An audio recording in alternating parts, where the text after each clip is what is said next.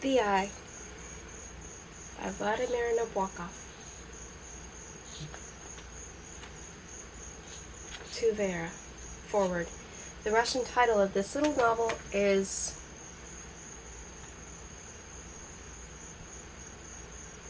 Sugli Dartai. In traditional transliteration, pronounced phonetically Sugli Dartai, with the accent on the penultimate. It is an ancient military term meaning spy or watcher, neither of which extends as flexibly as the Russian word. After toying with emissary and gladiator, I gave up trying to blend sound and sense and contented myself with matching the I at the end of the long stalk.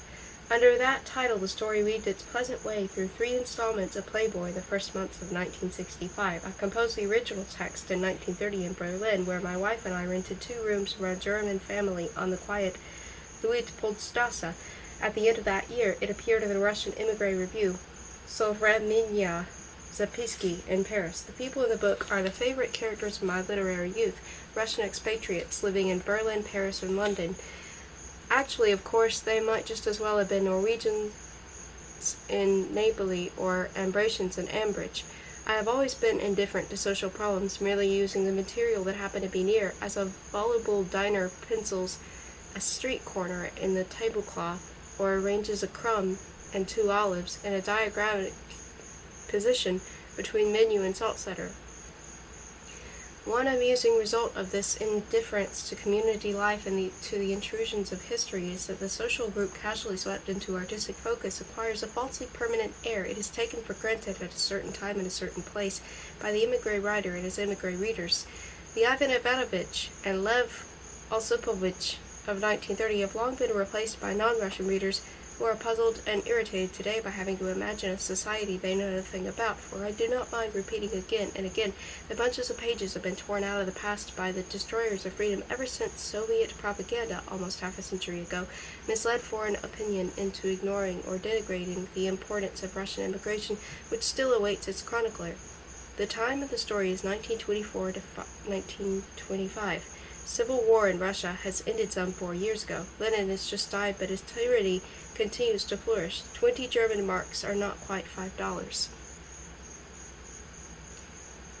The expatriates in Berlin of the book range from paupers to successful businessmen. Examples of the latter are Kashmirin, Matilda's Kachmaresque husband, who evidently escaped from Russia by the southern route via Constantinople, and the father of Yevgenia and Vanya, an elderly gentleman who judiciously directs the London branch of the German firm and keeps a dancing girl. Kashmirin is probably what the English call middle class, but the 2 young ladies at 5 Peacock Street obviously belong to the Russian nobility, titled or untitled, which does not prevent them from having Philistine reading tastes. Yevgenia's fast-faced husband, whose name sounds rather comic today, works in a Berlin bank. Colonel Mucken, a nasty prig, fought in 1919 under Denikin and in 1920 under Wrangel, speaks 4 languages, affects a cool worldly air, and will probably do very well in a soft job into which his future father-in-law is steering him. Good Roman Bogdanovich is a Balt imbued with German, rather than Russian, culture. The eccentric Jew Weinstock, the pacifist woman Dr. Mariana Nikolavina, and the classless narrator himself are the representatives of the many-faceted Russian intelligentsia. These tips should make things a little easier for the kind of reader who, like myself, is wary of novels that deal with spectral characters and unfamiliar surroundings, such as the translations of Magyar or the Chinese, and is well known to employ a famous Russian phrase. My books are not only blessed by a total lack of social significance, but are also myth-proof. Freudians flutter around them avidly, approach with itching oviducts, stop, sniff, and recoil. A serious psychologist, on the other hand, may distinguish through my rain-sparkling crystograms a world of soul dissolution where poor Smurov only exists insofar as he is reflected in other brains, which in their turn are placed in the same strange specular predicament as his. The texture of the tale mimics that of detective fiction, but actually the author disclaims all intention to trick, puzzle, fool, or otherwise deceive the reader. In fact, only that reader who catches on at once will derive genuine satisfaction from the Eye. It is unlikely that even the most credulous pursuer of this twinkling tale will take long to realize who Smurov is. I tried it on an old English lady, 2 graduate students, an ice hockey coach, a doctor, and the 12-year-old child of a neighbor. The child was the quickest, the neighbor the slowest. The theme of the eye is the pursuit of an investigation which leads the protagonist through a hell of mirrors and ends in the merging of twin images. I do not know if the keen pleasure I derived 35 years ago from adjusting a certain mysterious pattern into various phases of the narrator's quest will be shared by modern readers, but in any case the stress is not on the mystery but on the pattern. Tracking down Zmurov remains, I believe, excellent sport, despite the passing of time and books and the shift from the mirage of one language to the oasis of another. The plot will not be reducible in the reader's mind, if I read that mind correctly, to a dreadfully painful love story in which a writhing heart is not only spurned but humiliated and punished. The forces of imagination, which in the long run are the forces of good, remain steadfastly on Zmurov's side, and the very bitterness of tortured love proves to be as intoxicating and bracing as would be its most ecstatic requital. Vladimir Nabokov, Montreux, April 19, 1965. The Eye.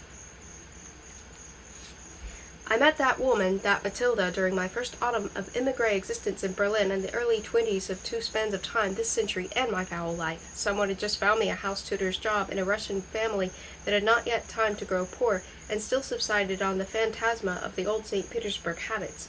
I had no previous experience in bringing up children, not the least idea how to comport myself and what to talk about with them. There were two of them, both boys. In their presence I felt a humiliating constraint that kept count of my smokes, and this blank curiosity made me hold my cigarette at an odd awkward angle as if I were smoking for the first time. I kept spilling ashes in my lap, and from their clear gaze would pass attentively from my hand to the pale gray pollen gradually rubbed into the wool. Matilda, a friend of their parents, often visited them and stayed on for dinner. One night, as she was leaving, there was a noisy downpour. They lent her an umbrella, and she said, "How nice, thank you very much. The young man will see me home and bring it back." From that time on, walking her home was one of my duties. I suppose she rather appealed to me, this plump, inhibited, cow-eyed lady with her large mouth, which would gather into a crimson pucker a would-be rosebud when she looked in her pocket mirror to powder her face. She had slender ankles and a graceful gait, which made up for many things. She exuded a generous warmth. As soon as she appeared, I would have the feeling that the heat in the room had been turned up, and when, after disposing of this large live furnace by seeing her home, I would be walking back alone amid the liquid sounds and quicksilver gloss of the pitiless night, I would feel cold to the point of nausea. Later her husband arrived from Paris and would come to dinner with her. He was husband like any other, and I did not pay much attention to him except to notice the habit he had before of sleeping. Speaking of clearing his throat into his fist with a rapid rumble, and the heavy bright-knobbed black cane with which he would tap on the floor, while Matilda transformed the parting with her hostess into a buoyant soliloquy.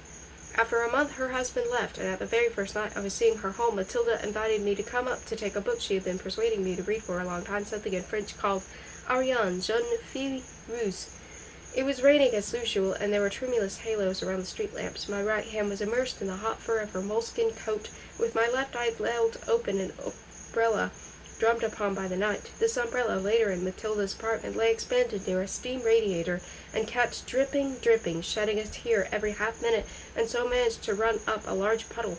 As for the book, I forgot to take it. Matilda was not my first mistress. Before her I was loved by a seamstress in St. Petersburg. She too was plump, and she too kept advising me to read a certain novelette, Morochka, the story of a woman's life. Both of these ample ladies would emit, during the sexual storm, a shrill, astonished, infantile peep, and sometimes it seemed to me that it had been a waste of effort, everything I had gone through when escaping the Bolshevist Russia by crossing frightened to death the Finnish border, even if it was by express train, and with a prosaic permit, only to pass from one embrace to another almost identical one. Furthermore, Matilda soon began to abhor me.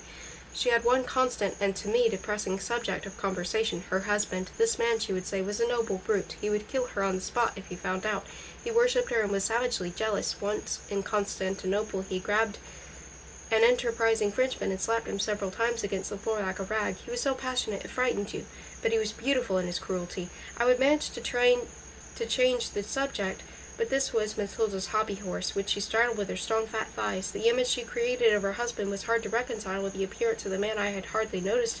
At the same time, I found it highly unpleasant to conjecture that perhaps it was not her fantasy at all, and at that moment a jealous fiend in Paris, sensing his predicament, was acting the banal role assigned to him by his wife, gnashing his teeth, rolling his eyes, and breathing heavily through the nose. Often I trudged home, my cigarette case empty, my face burning with the auroral breeze, as if I had just removed theatrical makeup. Every step sending a throb of pain echoing through my head. I would inspect my puny little from this side and that, and marvel and pity myself, and feel despondent and afraid. The summit of love-making was for me but a bleak knoll on a relentless view. After all, in order to live happily, a man must know now and then a few moments of perfect blankness.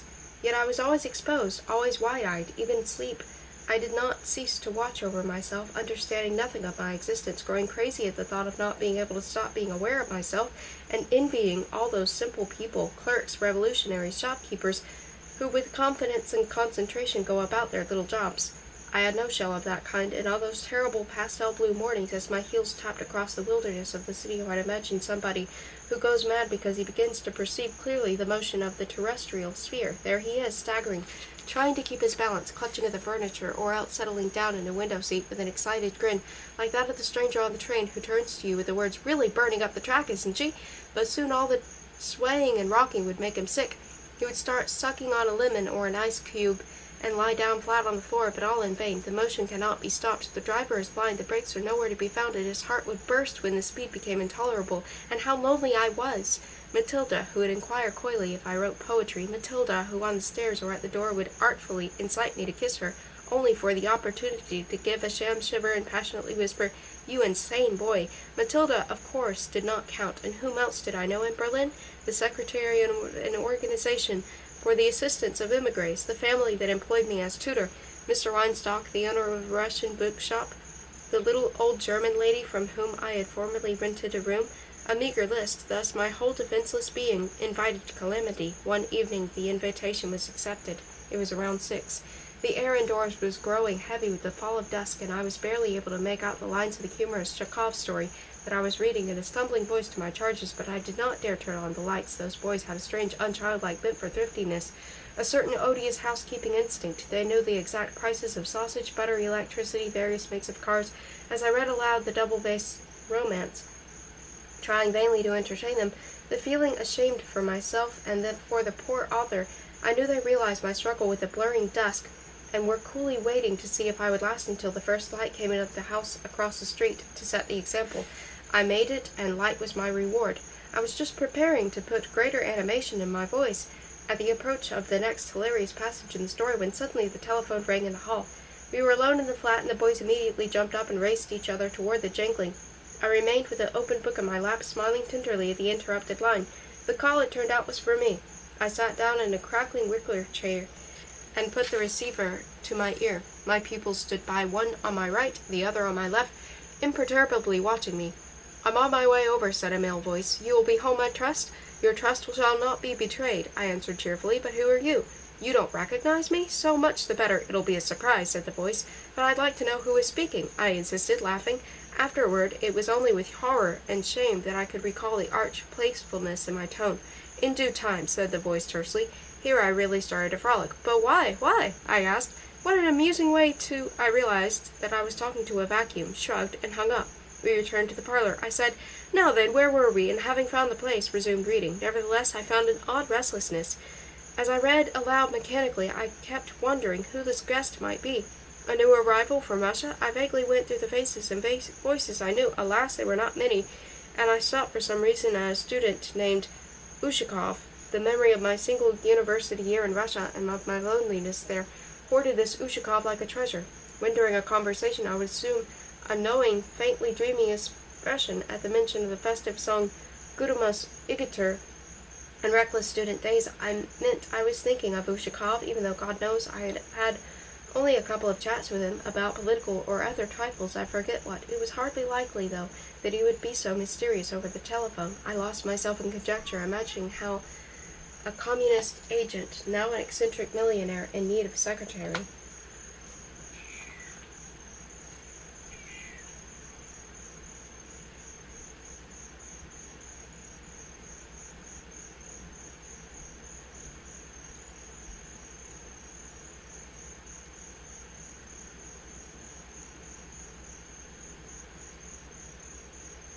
The doorbell. Again the boys dashed headlong into the hall. I put down my book and strolled after them. With great gusto and dexterity, they drew the little steel bolt, fiddled with some additional gadget, and the door opened. A strange recollection even now. Now that many things have changed, my heart sinks when I summon up that strange recollection.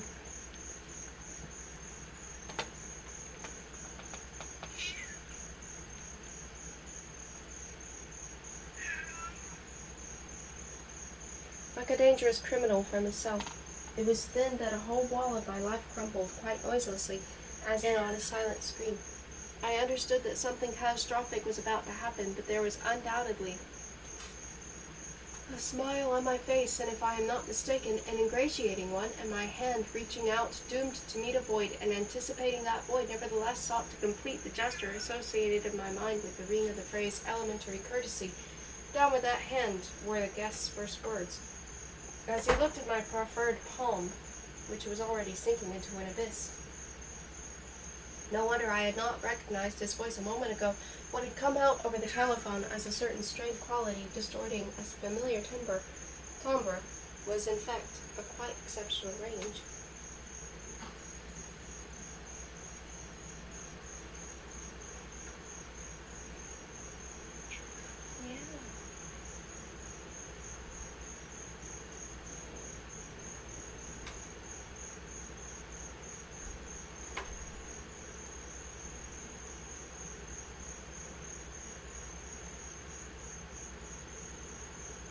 A thick sound that never until that had I heard in any human voice. That scene remains in my memory like a tableau vivant. The brightly lit hall, I not knowing what to do with my rejected hand, a boy on the right and a boy on the left, both looking, but not at the visitor, but me. The visitor himself, in an olive raincoat with fashionable shoulder loops, his face pale as if paralyzed by a photographer's flash, with protruding eyes, dilated nostrils, and a lip replete with venom, under the black equilateral triangle of his trimmed mustache. Then began a barely perceptible movement. His lips smacked as they came unstuck, and the thick black cane in his hand twitched slightly. I could no longer take my eyes off that cane. "What is it?" I asked. "What's the matter?" There must be a misunderstanding, surely a misunderstanding. At this point I found a humiliating, impossible place for my still unaccommodated, still yearning hand. In a vague attempt to retain my dignity, I let my hand rest on the shoulder of one of my pupils. The boy glanced at it askance. "Look, my good fellow," blurted the visitor. "Move away just a bit. I shan't harm them. You don't have to protect them. What I need is some room, because I'm about to beat the dust out of you." "This is not your house," I said. "You have no right to make a row. I don't understand what you want of me." He hit me. He caught me a loud, hot crack right on the shoulder, and I lurched to one side from the force of the blow, causing the wicker chair to scuttle out of my way like a live thing. He bared his teeth and got ready to hit me again. The blow landed on my raised arm. Here I retreated and dodged into the parlor. He came after me. Another curious detail. I was shouting at the top of my voice, addressing him by name and patronymic, loudly asking him what I had done to him. Then he caught up with me again, and I tried to protect myself with a cushion I had grabbed on the run, but he knocked it out of my hand. "This is a disgrace," I shouted. "I'm unarmed. I've been slandered. You'll pay for this." I took refuge behind a table, and as before, everything froze for a moment into a tableau. There he was, teeth bared, cane upraised, and behind him, on the other side of the door, stood the boys. Perhaps my memory is stylized at this point, but so help me, I really believe that one was leaning with folded arms against the wall, while the other sat on the arm of the chair, both imperturbably watching the punishment being administered to me. Presently, everything was in motion again, and all four of us passed into the next room. The level of his attack lowered viciously, my hands formed into an abject fig leaf, and then, with a horrible, blinding blow, he whacked me across the face. How curious that I personally could never bring myself to hit anyone, no matter how badly he might have offended me, and now under his heavy cane, not only was I unable to strike back, not being versed in the manly arts, but even in those moments of pain and humiliation could not imagine myself raising a hand against a fellow man, especially if that fellow man were angry and strong, nor did I try to escape to my room, where in a drawer lay a revolver, acquired, alas, only to frighten off ghosts. The contemplative immobility of my two pupils, the different poses in which they froze like frescoes at the end of this room or that, the obliging way they turned on the lights, the moment I backed into the dark dining room, all this must be a perceptual illusion, disjointed impressions to which I have imparted significance and permanence, and for that matter just as arbitrary as the raised knee of a politician stopped by the camera, not in the act of dancing a jig, but merely in that of crossing a puddle. In reality, it seems they were not present throughout my execution. At a certain moment, fearing for their parents' furniture, they dutifully started to phone the police, an attempt that the man cut short by a thunderous roar. But I do not know where to place this moment, at the beginning or at that apotheosis of suffering and horror, when at last I fell limply to the floor, exposing my rounded back to his blows, and kept repeating hoarsely, "Enough, enough, I have a weak heart, enough, I have a weak—" My heart, let me remark, parenthetically, has always functioned quite well. A minute later it was all over. He lit a cigarette, panting loudly and rattling the matchbox. He hung around for a while, appraising matters, and then saying something about a little less, and adjusted his hat and hurried out. I immediately got up from the floor and headed for my room. The boys ran after me. One of them tried to scramble through the door. I hurled him away with a blow of the elbow, and I know it hurt. I locked the door, rinsed my face, nearly crying out from the caustic contact of the water, then pulled my suitcase from under the bed and began packing. It was hard. My back ached, and my left hand did not work properly. When I went out into the hall with my coat on, carrying a heavy suitcase, the boys reappeared. I did not even glance at them. As I descended the stairs, I felt them watching me from above, straining over the banisters. A little way down, I met their music teacher. Tuesday happened to be her day. She was a meek Russian girl with glasses and bandy legs. I did not greet her, but turning away, my swollen face and spurred on by the deathly silence of her surprise, rushed out into the street. Before committing suicide, I wanted to write a few traditional letters, and for 5 minutes at least to sit in safety. Therefore I hailed a taxi and went to my former address. Luckily, my familiar room was vacant, and the little old landlady started making the bed right away, a wasted effort. I waited impatiently for her to leave, but she fussed on for a long time, filling the pitcher, filling the decanter, drawing the blind, jerking at a stuck cord or something as she looked up with an open black mouth. At last, after emitting a farewell mew, she left. A wretched, shivering, vulgar little man in a bowler hat stood at the center of the room, for some reason rubbing his hands. That is the glimpse I caught of myself in the mirror.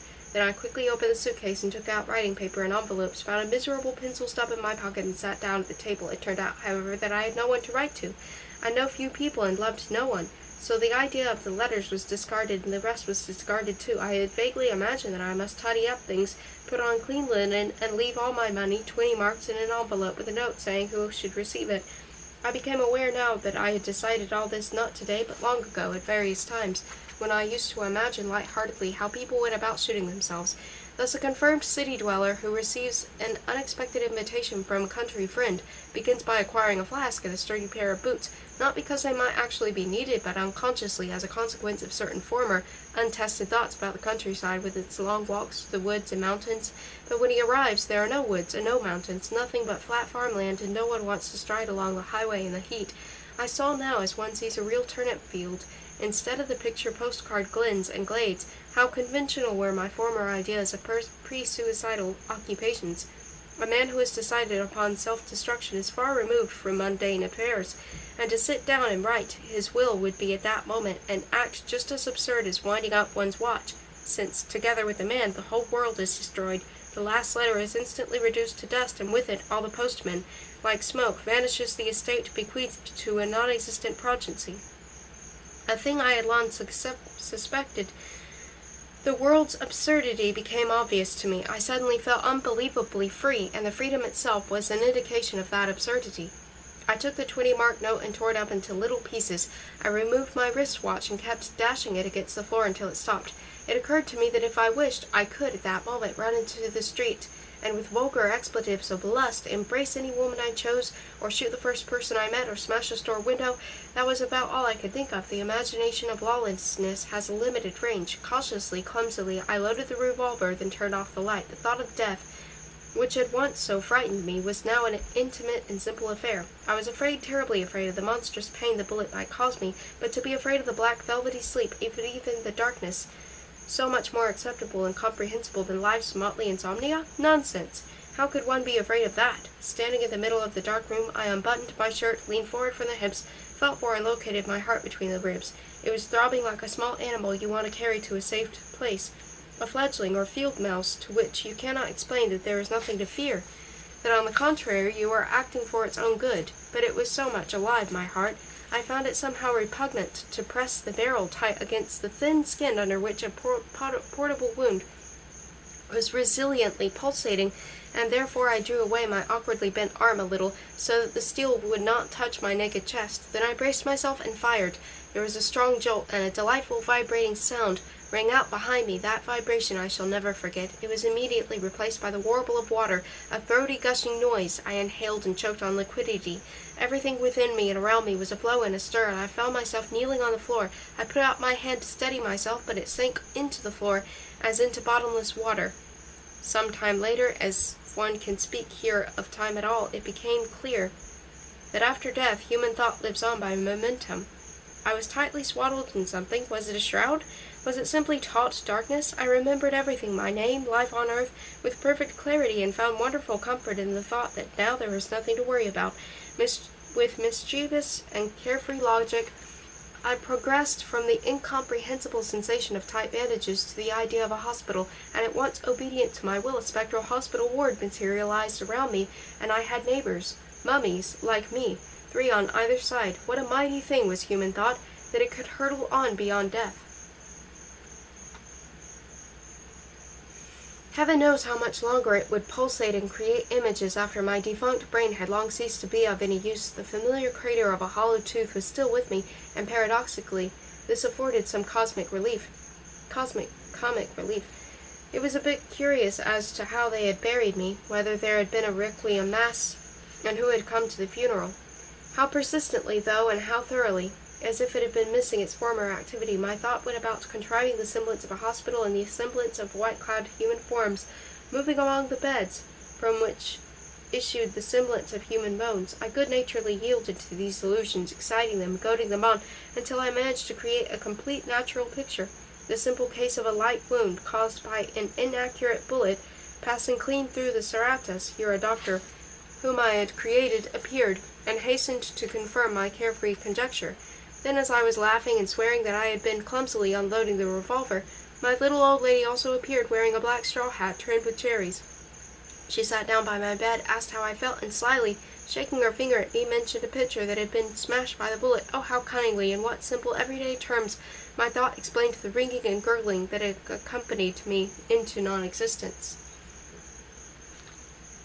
I assumed that the posthumous momentum of my thought would soon play itself out, but apparently, while I was still alive, my imagination had been so fertile that enough of it had remained to last for a long time. It went on developing the theme of recovery, and pretty soon had me discharged from the hospital. A restoration of a Berlin street looked a great success, and as I glided off the sidewalk, delicately trying out my still weak, practically disembodied feet, I thought about everyday matters, that I have my watch repaired and get some cigarettes, that I had no money. Catching myself with these thoughts, not very alarming ones for that matter, I vividly evoked the 20-mark note, flesh-colored with an auburn shading, that I had torn out prior to my suicide, and my sensation of freedom and impunity at that moment. Now, however, my action acquired a certain vindictive significance, and I was glad that I had limited myself to a melancholy caprice and had not gone to frolic in the street, for I knew now that after death human thought, liberated from the body, keeps on moving into a sphere where everything is interconnected as before and has a relative degree of sense, and that a sinner's torment in the afterworld consists precisely in that this tenacious mind cannot find peace until it manages to unravel the complex consequences of his reckless terrestrial actions. I walked along remembered streets. Everything greatly resembled reality, and yet there was nothing to prove that I was not dead, and the Professor Strauss was not a post-existent chimera. I saw myself from outside, treading water as it were, and both touched and frightened like an inexperienced ghost watching the existence of a person whose inner night, mouth, and taste in the mouth, he knew as well the person's shape.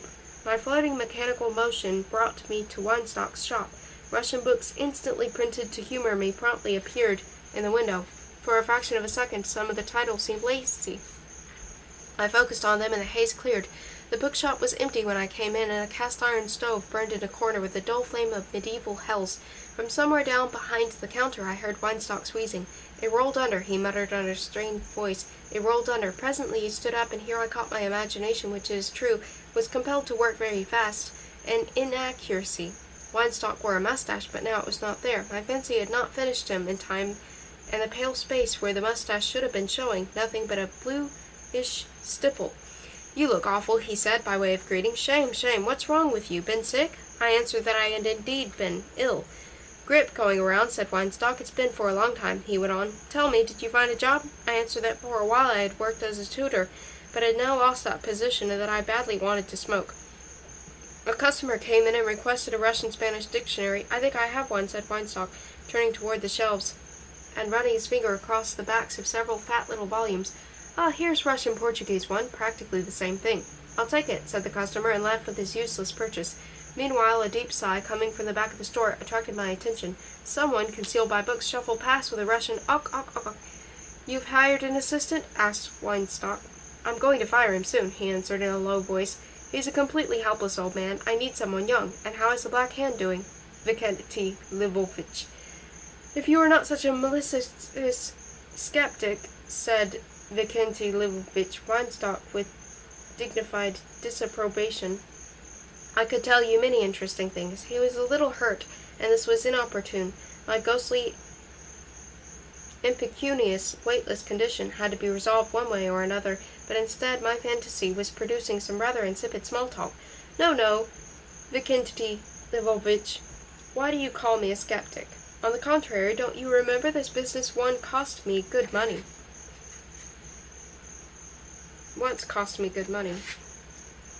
Indeed, when I first met Weinstock, I immediately found him in a kindred trait, a proneness to obsessive ideas. He was convinced that he was being regularly watched by certain persons to whom he referred with a mysterious laconism as agents.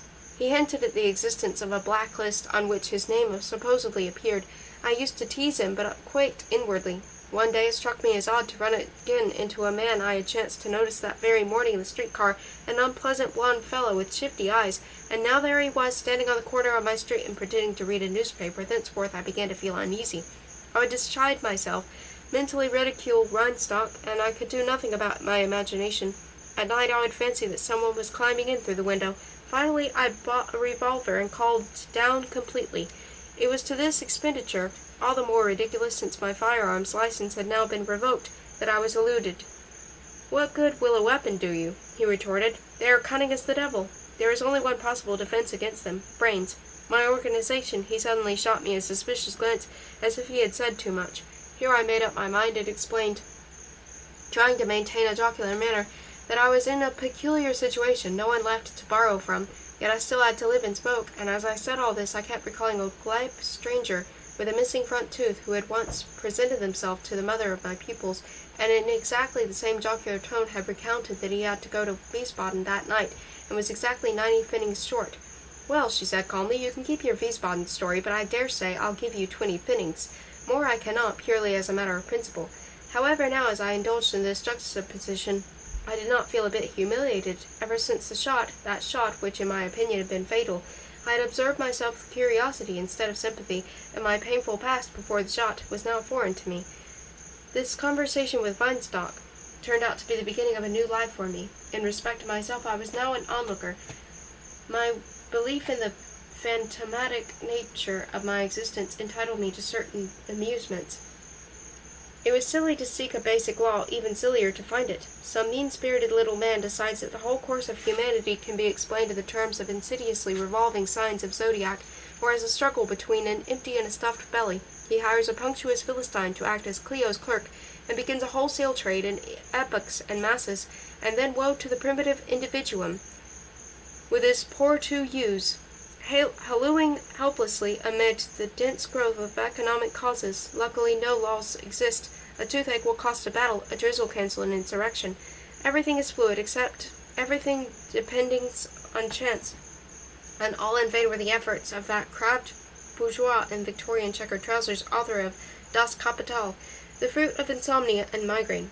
There is titillating pleasure in looking back at the past and asking oneself, what would have happened if, and subsiding one chance occurrence for another, observing how from a grey, barren, humdrum moment in one's life there grows forth a marvelous rosy event that in reality had failed to flower, a mysterious thing, this branching structure of life. One senses in every past instant a parting of ways, and thus and otherwise, with innumerable dazzling zigzags bifurcating and trifurcating against the dark background of the past. All these simple thoughts about the wavering nature of life come to mind when I think how easily I might never have happened to rent a room in the House 5 Peacock Street, or meet Vanya, or her sister, or Roman Bogdanovich, or many other people whom I suddenly found who started to live all at once so unexpectedly and unwontedly around me. And again, had I settled in a different house after my spectral exit from the hospital, perhaps an unimaginable happiness would have become my familiar interlocutor. Who knows? Who knows? Above me, on the top floor, lived a Russian family. I met them through Weinstock, from whom they took books, another fascinating device on the part of my fantasy that directs life. Before actually becoming acquainted, we often met on the stairs and exchanged somewhat wary glances the way Russians do abroad. I noticed Vanya immediately, and immediately my heart gave a flutter, as when in a dream you enter a dream-safe room, and find therein, at your dream's disposal, your dream-cornered prey. She had a married sister, Yevgenia, a young woman with a nice squarish face that made you think of amiable and quite handsome bulldog. There was also Yevgenia's burly husband. Once in a downstairs hall I happened to hold the door for him, and his mispronounced German "thank you," danke, rhymed exactly with the locomotive case of the Russian word for bank, where, by the way, he worked. With them lived Mariana Nikolovna, a relative, and in the evenings they would have guests, nearly always the same ones. Yevgenia was considered the lady of the house. She had a pleasant sense of humor, and it was she who had nicknamed her sister Vanya when the latter had demanded to be called Mona Vanna, after the heroine of some play or other, finding the sound of her real name, Varvara, somehow suggestive of corpulence and pockmarks. It took me a little time to get used to this diminutive of the masculine Ivan. Gradually, however, it acquired for me the exact shade that Vanya associated with the languorous feminine names. The two sisters resembled each other. The frank, bulldogish heaviness of the elder's features was just as perceptible in Vanya, but in a different way that lent significance and originality to the beauty of her face. The sisters' eyes, too, were similar, black-brown, slightly asymmetric, and a trifle slanted, with amusing little folds on the dark lids. Vanya's eyes were more opaque at the iris than Yevgenia's, and unlike her sister, somewhat myopic, as if their beauty made them not quite suitable for everyday use. Both girls were brunettes and wore their hair the same way, a parting in the middle and a big tight bun low in the nape. But the elder's hair did not lie with the same heavenly smoothness, and lacked that precious gloss. I want to shake off Yevgenia, get rid of her altogether, so as to have done with the necessity of comparing the sisters, and at the same time I know that if it were not for the resemblance, Vanya's charm would not be quite complete. Only her hands were not elegant. The pale palm contrasted too strongly with the back of the hand, which was very pink and large-knuckled, and there were always little white flecks on her round fingernails. What further concentration is needed? What added intensity must one's gaze attain for the brain to enslave the visual image of a person? There they are sitting on the sofa. Yevgenia is wearing a black velvet dress, and large beads adorn her white neck. Vanya is in crimson, with small pearls in place of beads. Her eyes are lowered under the thick black brows. A dab of powder has not disguised the slight rash of the wide glabella. The sisters wear identical shoes and keep glancing at each other's feet. No doubt the same kind of shoe does not look so nice on one's own foot as on that of another. Mariana, a blonde lady doctor with a peremptory voice, is speaking to Smirnov and Roman Bogdanovich about the horrors of the recent civil war in Russia. Khrushchev, Eugenia's husband, a jovial gentleman with a fat nose, which he manipulates continually, tugging at it or getting hold of a nostril and trying to twist it off, is standing in the doorway to the next room talking with Mukin, a young man with a pince-nez. The two are facing each other from the opposite sides of the doorway like two Atlantes. Mukin and the majestic Roman Bogdanovich have long known the family, while Smirnov is comparatively a newcomer, although he hardly looks it. None could discern in him the shyness that makes a person so conspicuous among people who know each other well and are bound together by the established echoes of private jokes, and by an elusive residue of people's names that to them are alive with special significance, making the newcomer feel as if the magazine story he had started to read had really begun long ago, in old unobtainable issues, and as he listens to the general conversation rife with references to incidents unknown to him, the outsider keeps silent and shifts his gaze to whoever is speaking, and the quicker the exchanges, the more mobile become his eyes. But soon the invisible world that lives in the words of the people around him begins to oppress him, and he wonders if they have not deliberately contrived a conversation to which he is a stranger. In Smirnov's case, however, even if he did occasionally feel left out, he certainly did not show it. I must say that he made a rather favorable impression on me those first evenings. He was not very tall, but well-proportioned and dapper. His plain black suit and black bow tie seemed too intimate, in a reserved way. Some secret mourning. His pale, thin face was youthful, but the perceptive observer could distinguish in it the traces of sorrow and experience. His manners were excellent. A quiet, somewhat melancholy smile lingered on his lips. He spoke little, but everything he said was intelligent and appropriate, and his infrequent jokes, while too subtle to arouse roars of laughter, seemed to unlock a concealed door in conversation, letting in an unexpected freshness. One would have thought Vanya could not help liking him immediately because of that noble, enigmatic modesty, that pallor of forehead and slenderness of hand. Certain things, for example, the word blagodarstvuti, thank you, pronounced without the usual slurring and full, thus retaining its bouquet of consonants, were bound to reveal to the perceptive observer that Smirnov belonged to the best of St. Petersburg society. Mariana paused for an instant in her account of the horrors of war. She had noticed at last that Roman Bogdanovich, a dignified man with a beard, wanted to put in a word, holding it in his mouth like a large caramel. He had no luck, however, for Smirnov was quicker. "When harking to the horrors of war," said Smirnov, misquoting a smile from a famous poem, "I feel sorry neither for the friend nor for the friend's mother, but for those who have never been to war. It is difficult to put into words the musical delight that the singing of bullets gives you, or when you are flying at full gallop to the attack." "War is always hideous," tersely interrupted Mariana. "I must have been brought up differently from you. A human being who takes another's life is always a murderer, be he an executioner or a cavalry officer." "Personally," began Smirnov, but she interrupted again. "Military gallantry is a vestige of the past. In my medical practice I have had many occasions to see people who have been crippled or have had their lives wrecked by war. Nowadays humanity aspires to new ideals. There is nothing more debasing than to serve as cannon fodder. Perhaps a different upbringing—" "Personally," said Smirnov, "a different upbringing," she went on rapidly, "in regard to ideas of humaneness and general cultural interests, makes me look at war through different eyes than you. I have never blazed away at people or driven a bayonet into anyone. Rest assured that among my medical colleagues you will find more heroes than on the battlefield." "Personally," said Smirnov. "But enough of this," said Mariana. "I can see neither of us is going to convince the other. The discussion is closed." A brief silence followed. Smirnov sat calmly, stirring his tea. "Yes, he must be a former officer, a daredevil who liked to flirt with death, and it is only out of modesty that he says nothing about his adventures."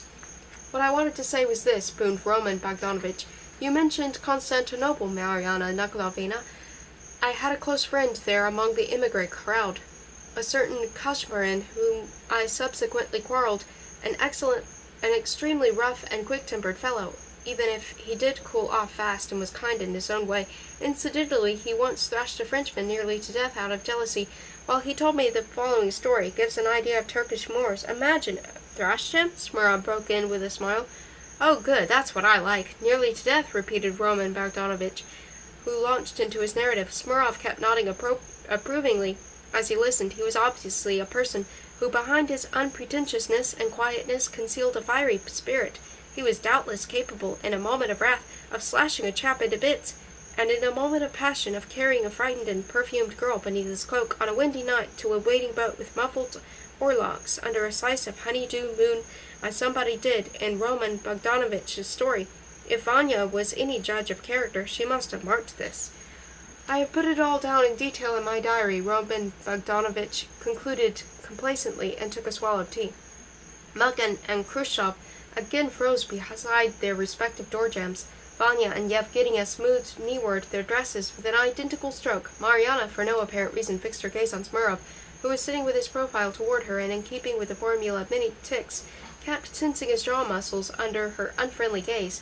"I liked him. Yes, I definitely liked him, and I felt the more intently Mariana, the cultured lady doctor, stared, the more distinct and harmonious became the image of a young daredevil, with iron nerves, pale from sleepless nights, passed in steppe ravines, and shell-shattered railway stations. Everything seemed to be going well. Vikenty Lvovovich Weinstock, for whom Smirnov worked as a salesman, having replaced the helpless old man, knew less about him than anyone. There was in Weinstock's nature an attractive streak of recklessness. This is probably why he hired someone he did not know well. His suspiciousness required regular nourishment, just as there are normal and perfectly decent people who unexpectedly turn out to have a passion for collecting dragonflies or engravings. So Weinstock, a junk dealer's grandson and an antiquarian's son, stayed. Well-balanced Weinstock, who had been in the book business all his life, had constructed a separate little world for himself. There in the penumbra, mysterious events took place. India aroused a mystical respect in him. He was one of those people who, at the mention of Bombay, inevitably imagine not a British silver servant, crimson from the heat, but a fakir. He believed in the jinx and the hex, in magic numbers and the devil, in the evil eye, in the secret power of symbols and signs, and in the bare-bellied bronze idols. In the evenings he would place his hands like a petrified pianist upon a small, light, three-legged table. It would start to creak softly, emitting cricket-like chirps, and having gathered strength, would rise up on one side and then awkwardly but forcibly tap a leg against the floor. Weinstock would recite the alphabet. The little table would follow attentively and tap at the proper letters. Messages came from Caesar, Mohammed, Pushkin, and a dead cousin of Weinstock's. Sometimes the table would be naughty. It would rise and remain suspended in mid-air, or else attack Weinstock and butt him in the stomach. Weinstock would good-naturedly pacify the spirit, like an animal tamer, playing along with a frisky beast. He would back across the whole room, all the while keeping his fingertips on the table and wadding after him. For his talks with the dead, he also employed a kind of marked saucer, and some other strange contraption with a pencil protruding underneath. The conversations were recorded in special notebooks. A dialogue might go thus. Weinstock: have you found rest? Lenin: this is not Baden-Baden.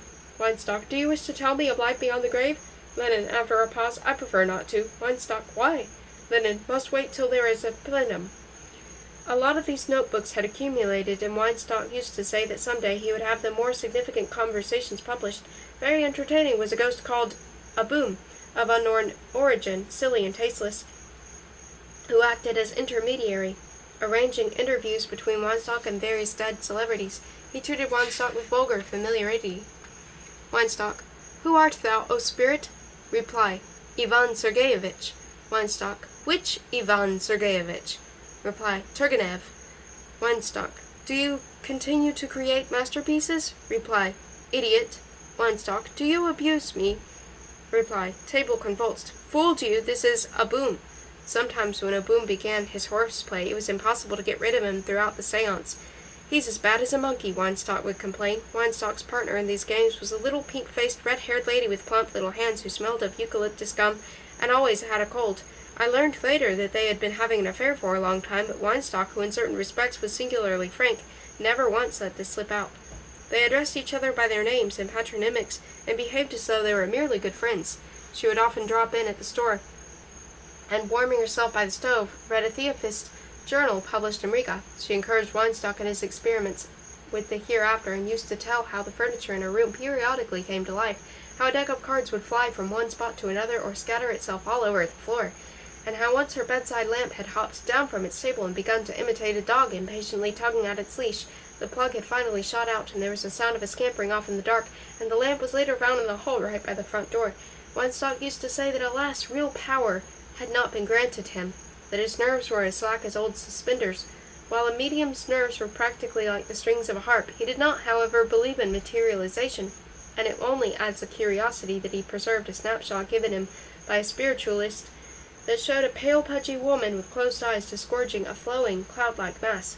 He was fond of Edgar Poe and Barbie Doverley, adventures, unmaskings, prophetic dreams, and secret societies, the presence of Masonic lodges, suicide clubs, black masses, and especially Soviet agents dispatched from over there, and how eloquent and awesome was the intonation of that over there to shadow some poor little immigrant man, transformed Weinstock's Berlin into a city of wonders amid which he felt perfectly at home.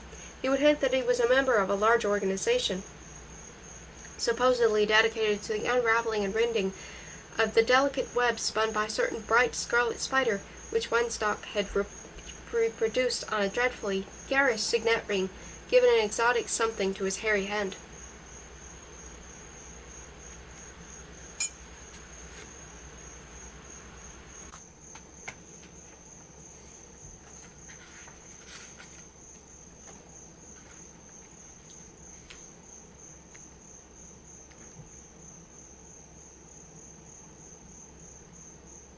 And especially Soviet agents dispatched from over there, and how eloquent and awesome was the intonation of that over there to shadow some poor little immigrant man, transformed Weinstock's Berlin into a city of wonders in which he felt perfectly at home.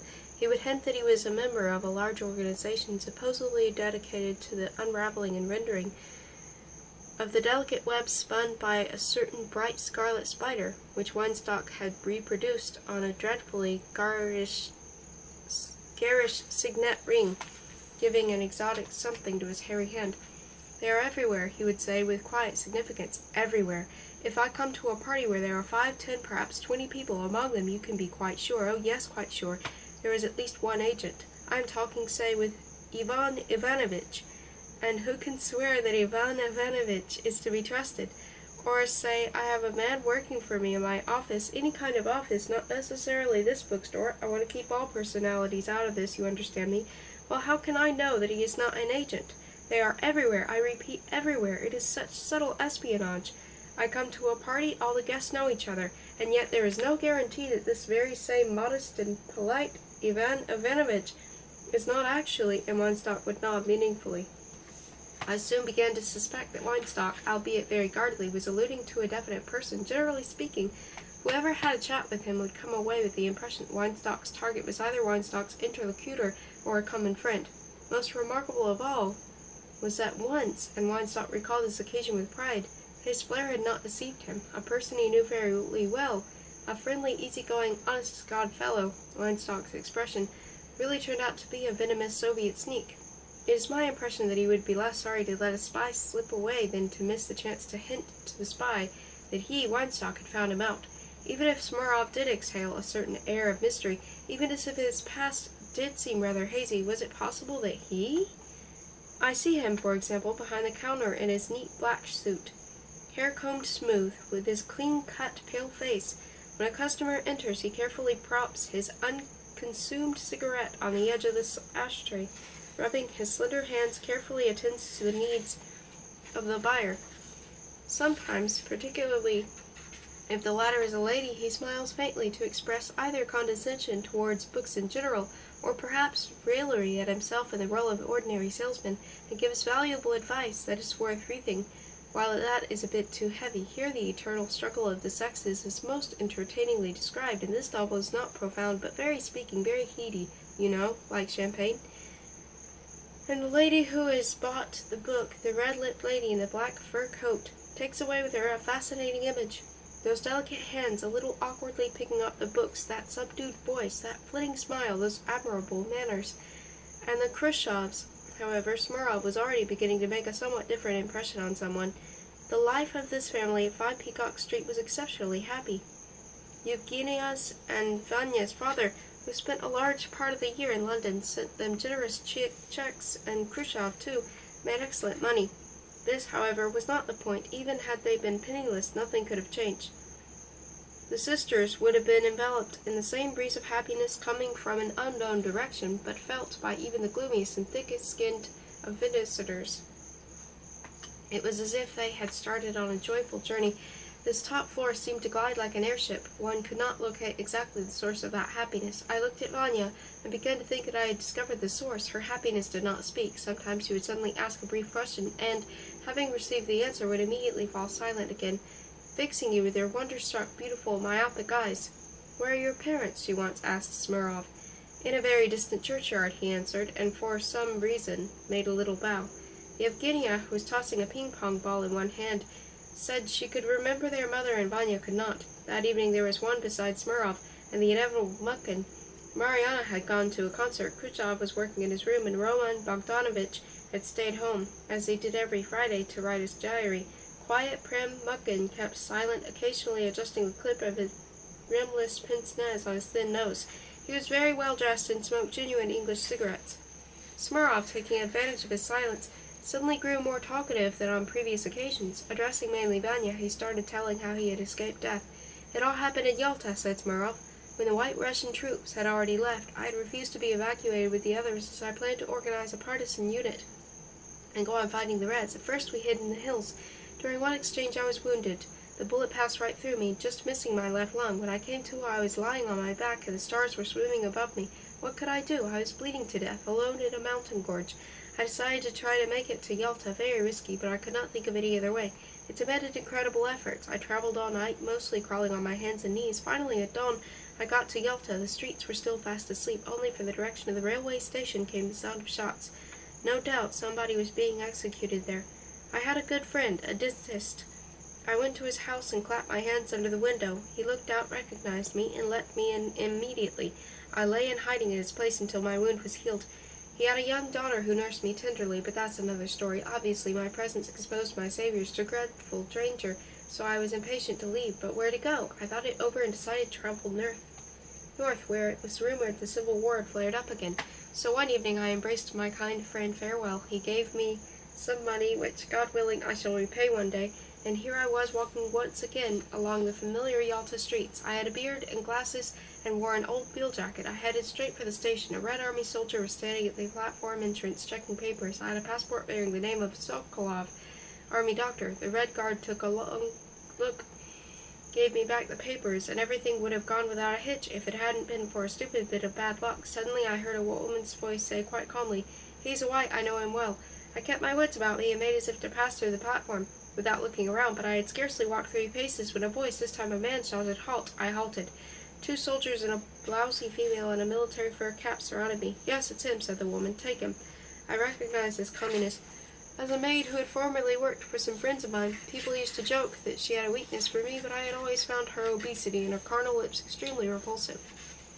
There appeared 3 more soldiers and a commissar type in semi-military dress. "Get moving," he said. I shrugged and coolly observed that there had been a mistake.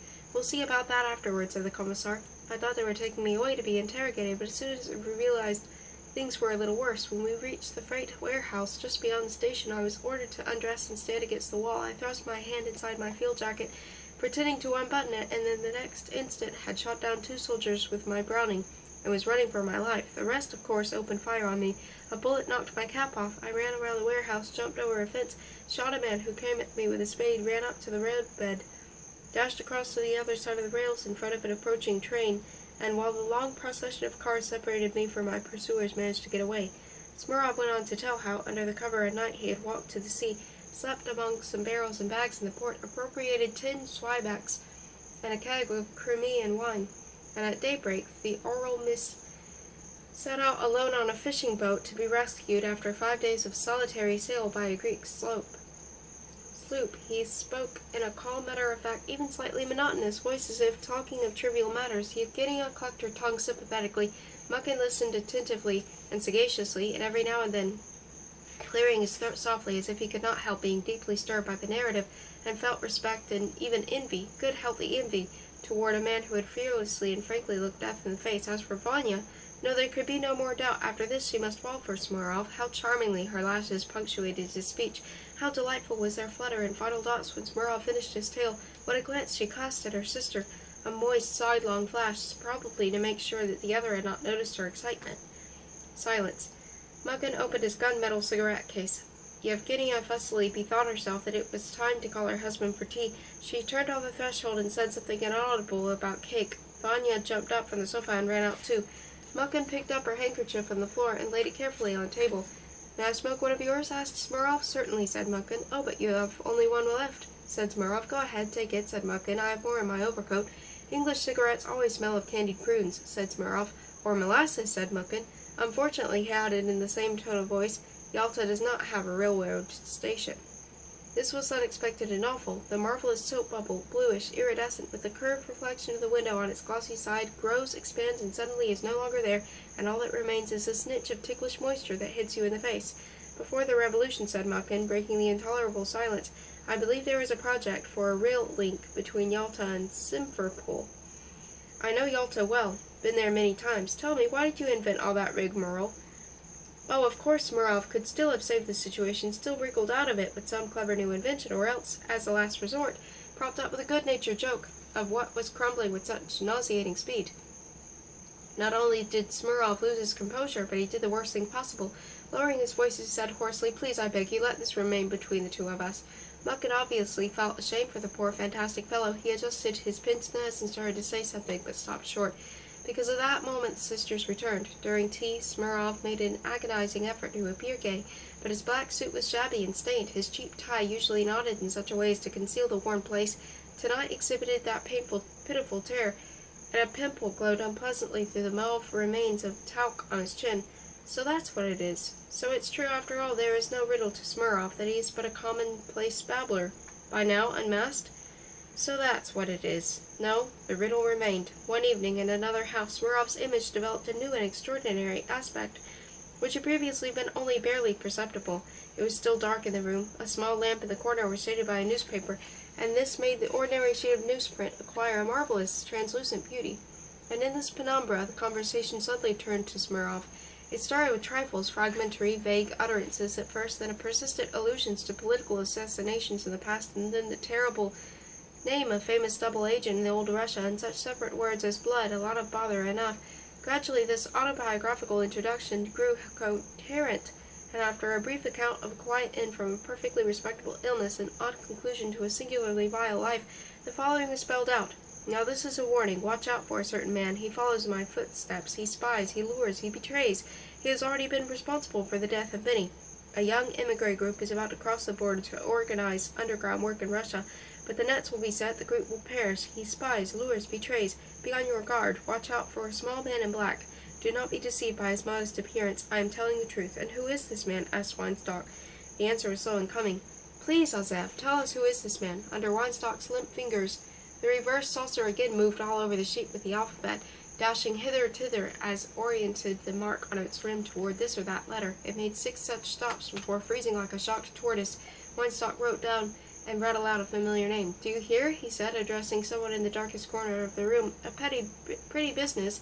Of course, I need not tell you that I don't believe this for a second. I hope you are not offended. And why should you be offended? It happens quite often at seances that spirits spout nonsense. And Weinstock feigned to laugh it off. The situation was becoming a curious one. I could already count 3 versions of Smirnov, while the original remained unknown. This occurs in scientific classification. Long ago, Linus described common species of butterfly, adding the laconic note, Imperatus West Manet.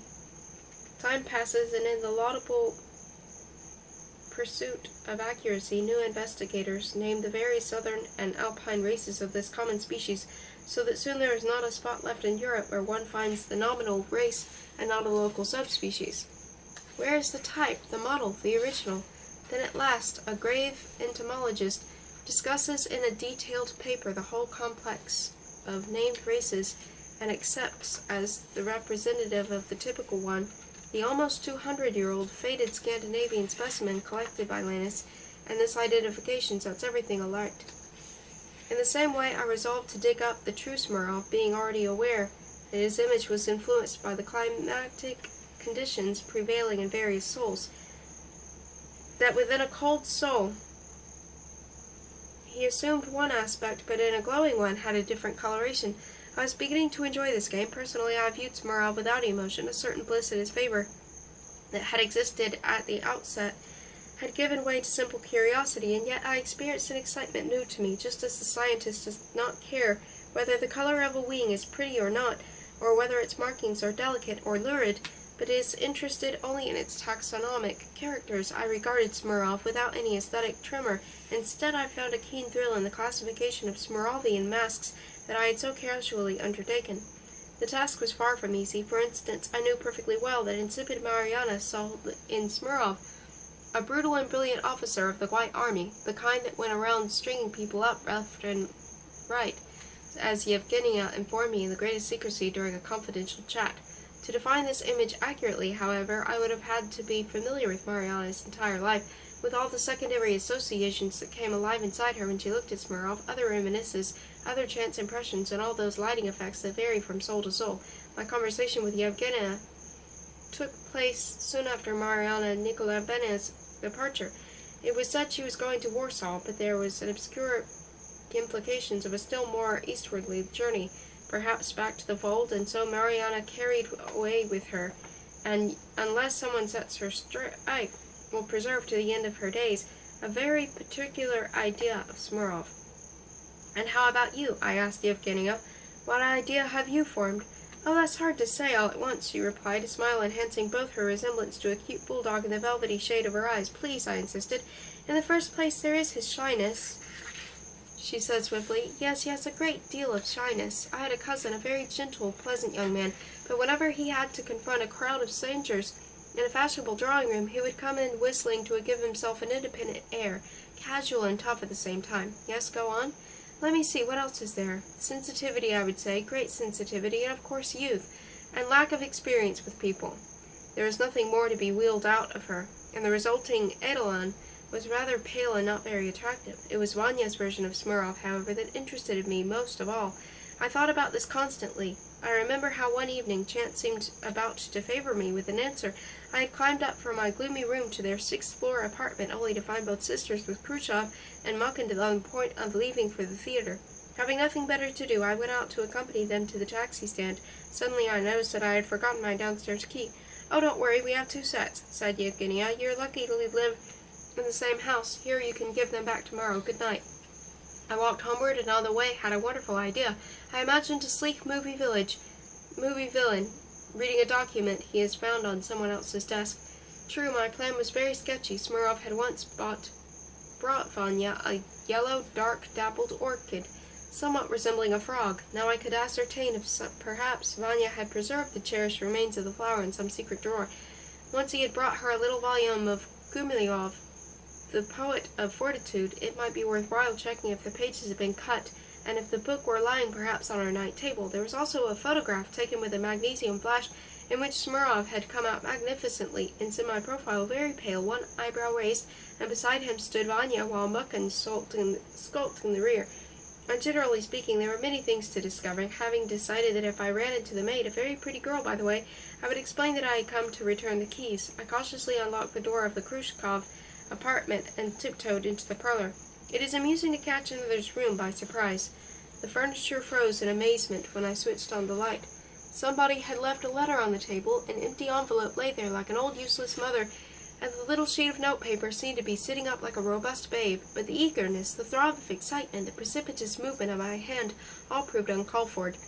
The letter was from a person unknown to me, a certain Uncle Pasha. It contained not a single allusion to Smirnov, and if it was coded, then I did not know the key. I flitted over into the dining room, raisins and nuts in a bowl, and next to it, spread-eagled and prone, a French novel, The Adventures of Ariane Jeune Russe. In Vanya's bedroom, where I went next, it was cold from the open window. I found it so strange to look at the lace bedspread and the altar-like toilet table, where cut glass glistened mystically. The orchid was nowhere to be seen, but in recompense there was the photo propped up against the bedside lamp. It had been taken by Roman Bogdanovich.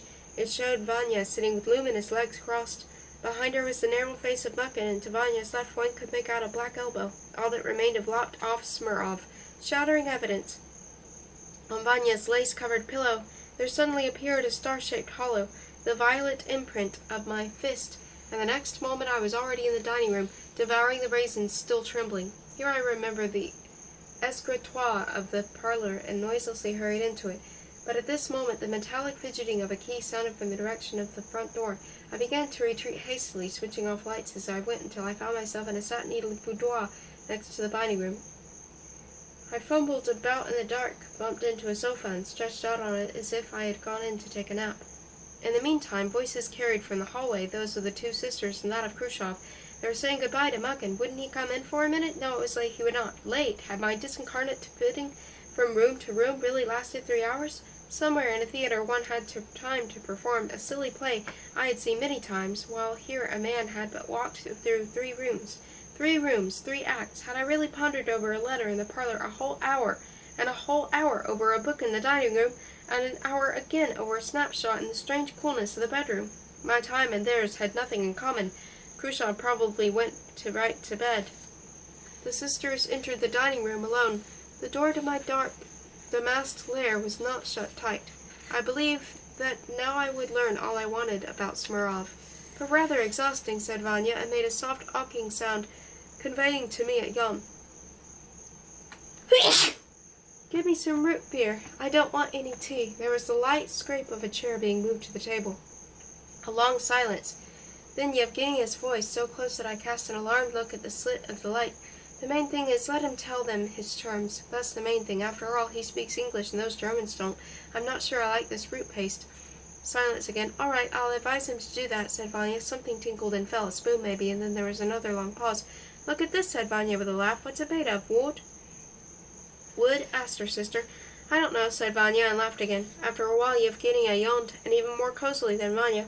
Clock has stopped, she said, and that was all. They sat on for quite a while. They made clinking sounds. With something or other, the nutcracker would crunch and return to the tablecloth with a thump. But there was no more talk. Then the chairs moved again. Oh, we can leave it there, drawled Yevgenia languidly, and the magical slit from which I had expected so much was abruptly extinguished. Somewhere a door slammed. Vanya's faraway voice said something, and by now unintelligible, and then followed silence and darkness. I lay on the sofa for a while longer, and suddenly noticed that it was already dawn. Whereupon I cautiously made my way to the staircase and returned to my room. I imagined rather vividly Vanya protruding the tip of her tongue at the side of her mouth and snipping off with her little scissors the unwanted Smirnov. But maybe it was not so at all. Sometimes something is cut off in order to be framed separately, and to confirm this last conjecture, a few days later, Uncle Pasha quite unexpectedly arrived from Munich. He was going to London to visit his brother and stayed in Berlin only a couple of days. The old goat had not seen his nieces for a very long time and was inclined to recall how he used to place sobbing Vanya across his knee and spank her. At first sight, this Uncle Pasha seemed merely 3 times her age, but one had only to look a little closer and he deteriorated under your very eyes. In point of fact, he was not 50 but 80, and one could imagine nothing more dreadful than this mixture of youthfulness and decrepitude. A jolly corpse in a blue shirt, with dandruff on his shoulders, clean-shaven, with bushy eyebrows and prodigious tufts in his nostrils, Uncle Pasha was mobile, noisy, and inquisitive. At his first appearance he interrogated Yevgenia in a sprayy whisper about every guest, quite openly pointing how this person, now that, with his index, which ended in a yellow, monstrously long nail. In the following day occurred one of these coincidences involving new arrivals that for some reason are so frequent as if there existed some tasteless prank-ish fate, not unlike Weinstock's Aboom, who on the very day you return home from a journey, has you meet the man who chanced to be sitting opposite you in a railway car. For several days already I had felt a strange discomfort in my bullet-punctured chest, a sensation resembling a draught in a dark room. I went to see a Russian doctor, and there, sitting in the waiting room, was of course Uncle Pasha. While I was debating whether or not to accost him, assuming that, since the previous evening, he had had time to forget both my face and my name, this decrepit prattler, loath to keep hidden a single grain from storage bins of his experience, started a conversation with an elderly lady who did not know him, but who was evidently fond of open-hearted strangers. At first I did not follow their talk, but suddenly Smirov's name gave me a jolt. What I learned from Uncle Pasha's pompous and trite words was so important that when he finally disappeared behind the doctor's door, I left immediately without waiting my turn. I did so quite automatically, as if I had come to the doctor's office only to hear Uncle Pasha. Now the performance was over and I could leave. Imagine, Uncle Pasha had said, the baby girl blossomed into a genuine rose. I'm an expert in roses and concluded at once that there must be a young man in the picture, and that her sister says to me, "It's a great secret, Uncle, so don't tell anyone, but she's been in love with this Smurov for a long time." Well, of course, it's none of my business. One Smurov is no worse than another, but it really gives me a kick to think that there was a time when I used to give that lassie a good spanking at her bare little buttocks. And now there she is, a bride. She simply worships him. Well, that's the way it is, my good lady. We've had our fling, and now let others have theirs. So, it has happened. Smurov is loved. Evidently Vanya, myopic but sensitive Vanya, had discerned something out of the ordinary, and Smurov had understood something about him and his quietness and not deceived her. That same evening at the Khrushchevs', Smurov was particularly quiet and humble. Now, however, when one knew what bliss had smitten him, yes, smitten, for there is bliss so strong that, with its blast, with its hurricane howl, it resembles a cataclysm. Now a certain palpitation could be discerned in his quietude, and the carnation of joy showed through this enigmatic pallor. And dear God, how he gazed at Vanya! She would lower her lashes, her nostrils would quiver, she would even bite her lips a little, hiding from all her exquisite feelings. The night it seemed that something must be resolved. Poor Mukin was not there. He had gone for a few days to London. Khrushchev was also absent. In compensation, however, Roman Bogdanovich, who was gathering material for the diary, which, old maidish precision, he weekly sent to a friend in Tallinn, was no more than ever his sonorous and importunate self. The sisters sat on the sofa as always. Smurov stood leaning one elbow on a piano, ardently gazing at the smooth parting in Vanya's hair and her dusky red cheeks. Yevgenia several times jumped up and thrust her head out of the window. Uncle Pasha was coming to say goodbye, and she wanted to be sure and be on hand to unlock the elevator for him. "I adore him," she said, laughing. "He is such a character. I bet he won't let us accompany him to the station." "Do you play?" Roman Bogdanovich politely asked Smurov, with a meaningful look at the piano. "I used to play once," Smurov calmly replied. He opened the lid, glanced dreamily at the bare teeth of the keyboard, and brought the lid back down. "I love music," Roman Bogdanovich observed confidentially. "I recall in my student days—" "Music," said Smurov in a louder tone, "good music at least, expresses that which is inexpressible in words. Therein lie the meaning and the mystery of music." "There he is," shouted Yevgenia, and left the room. "And you, Varvara?" asked Roman Bogdanovich in his coarse, thick voice. "You, with fingers lighter than a dream, eh? Come on, anything, some little ritornello." Vanya shook her head and it seemed about to frown, but instead giggled and lowered her face. No doubt what excited her mirth was this thick head's inviting her to sit down at the piano, when her soul was ringing and flowing with its own melody. At this moment one could have noted in Smirnov's face a most violent desire that the elevator carrying Yevgenia and Uncle Pasha get stuck forever, that Roman Bogdanovich tumble right into the jaws of the blue Persian lion depicted on the rug, and most important that I, the cold, insistent, tireless I, disappear. Meanwhile, Uncle Pasha was already blowing his nose and chuckling in the hall. Now he came in and paused on the threshold, smiling foolishly and rubbing his hands. "Yevgenia," he said, "I'm afraid I don't know anybody here. Could you make the introductions?" "Oh, my goodness," said Yevgenia, "it's your own niece." So it is, said Uncle Pasha, and added something outrageous about cheeks and peaches. "He probably won't recognize the others either," sighed Yevgenia, and began introducing us in a loud voice. "Smirnov," exclaimed Uncle Pasha, and his eyebrows bristled. "Oh, Smirnov and I are old friends. Happy man," he went on mischievously, palpating Smirnov's arms and shoulders. "And you think we don't know? We know all about it. I'll say one thing. Take good care of her. She is a gift from heaven. May you be happy, my children." He turned to Vanya, but she, pressing a crumpled handkerchief to her mouth, ran out of the room.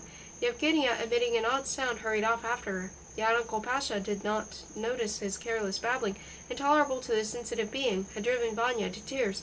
Eyes bulging, Roman Bogdanovich peered with great curiosity at Smirnov, who, whatever his feelings, maintained an impeccable composure.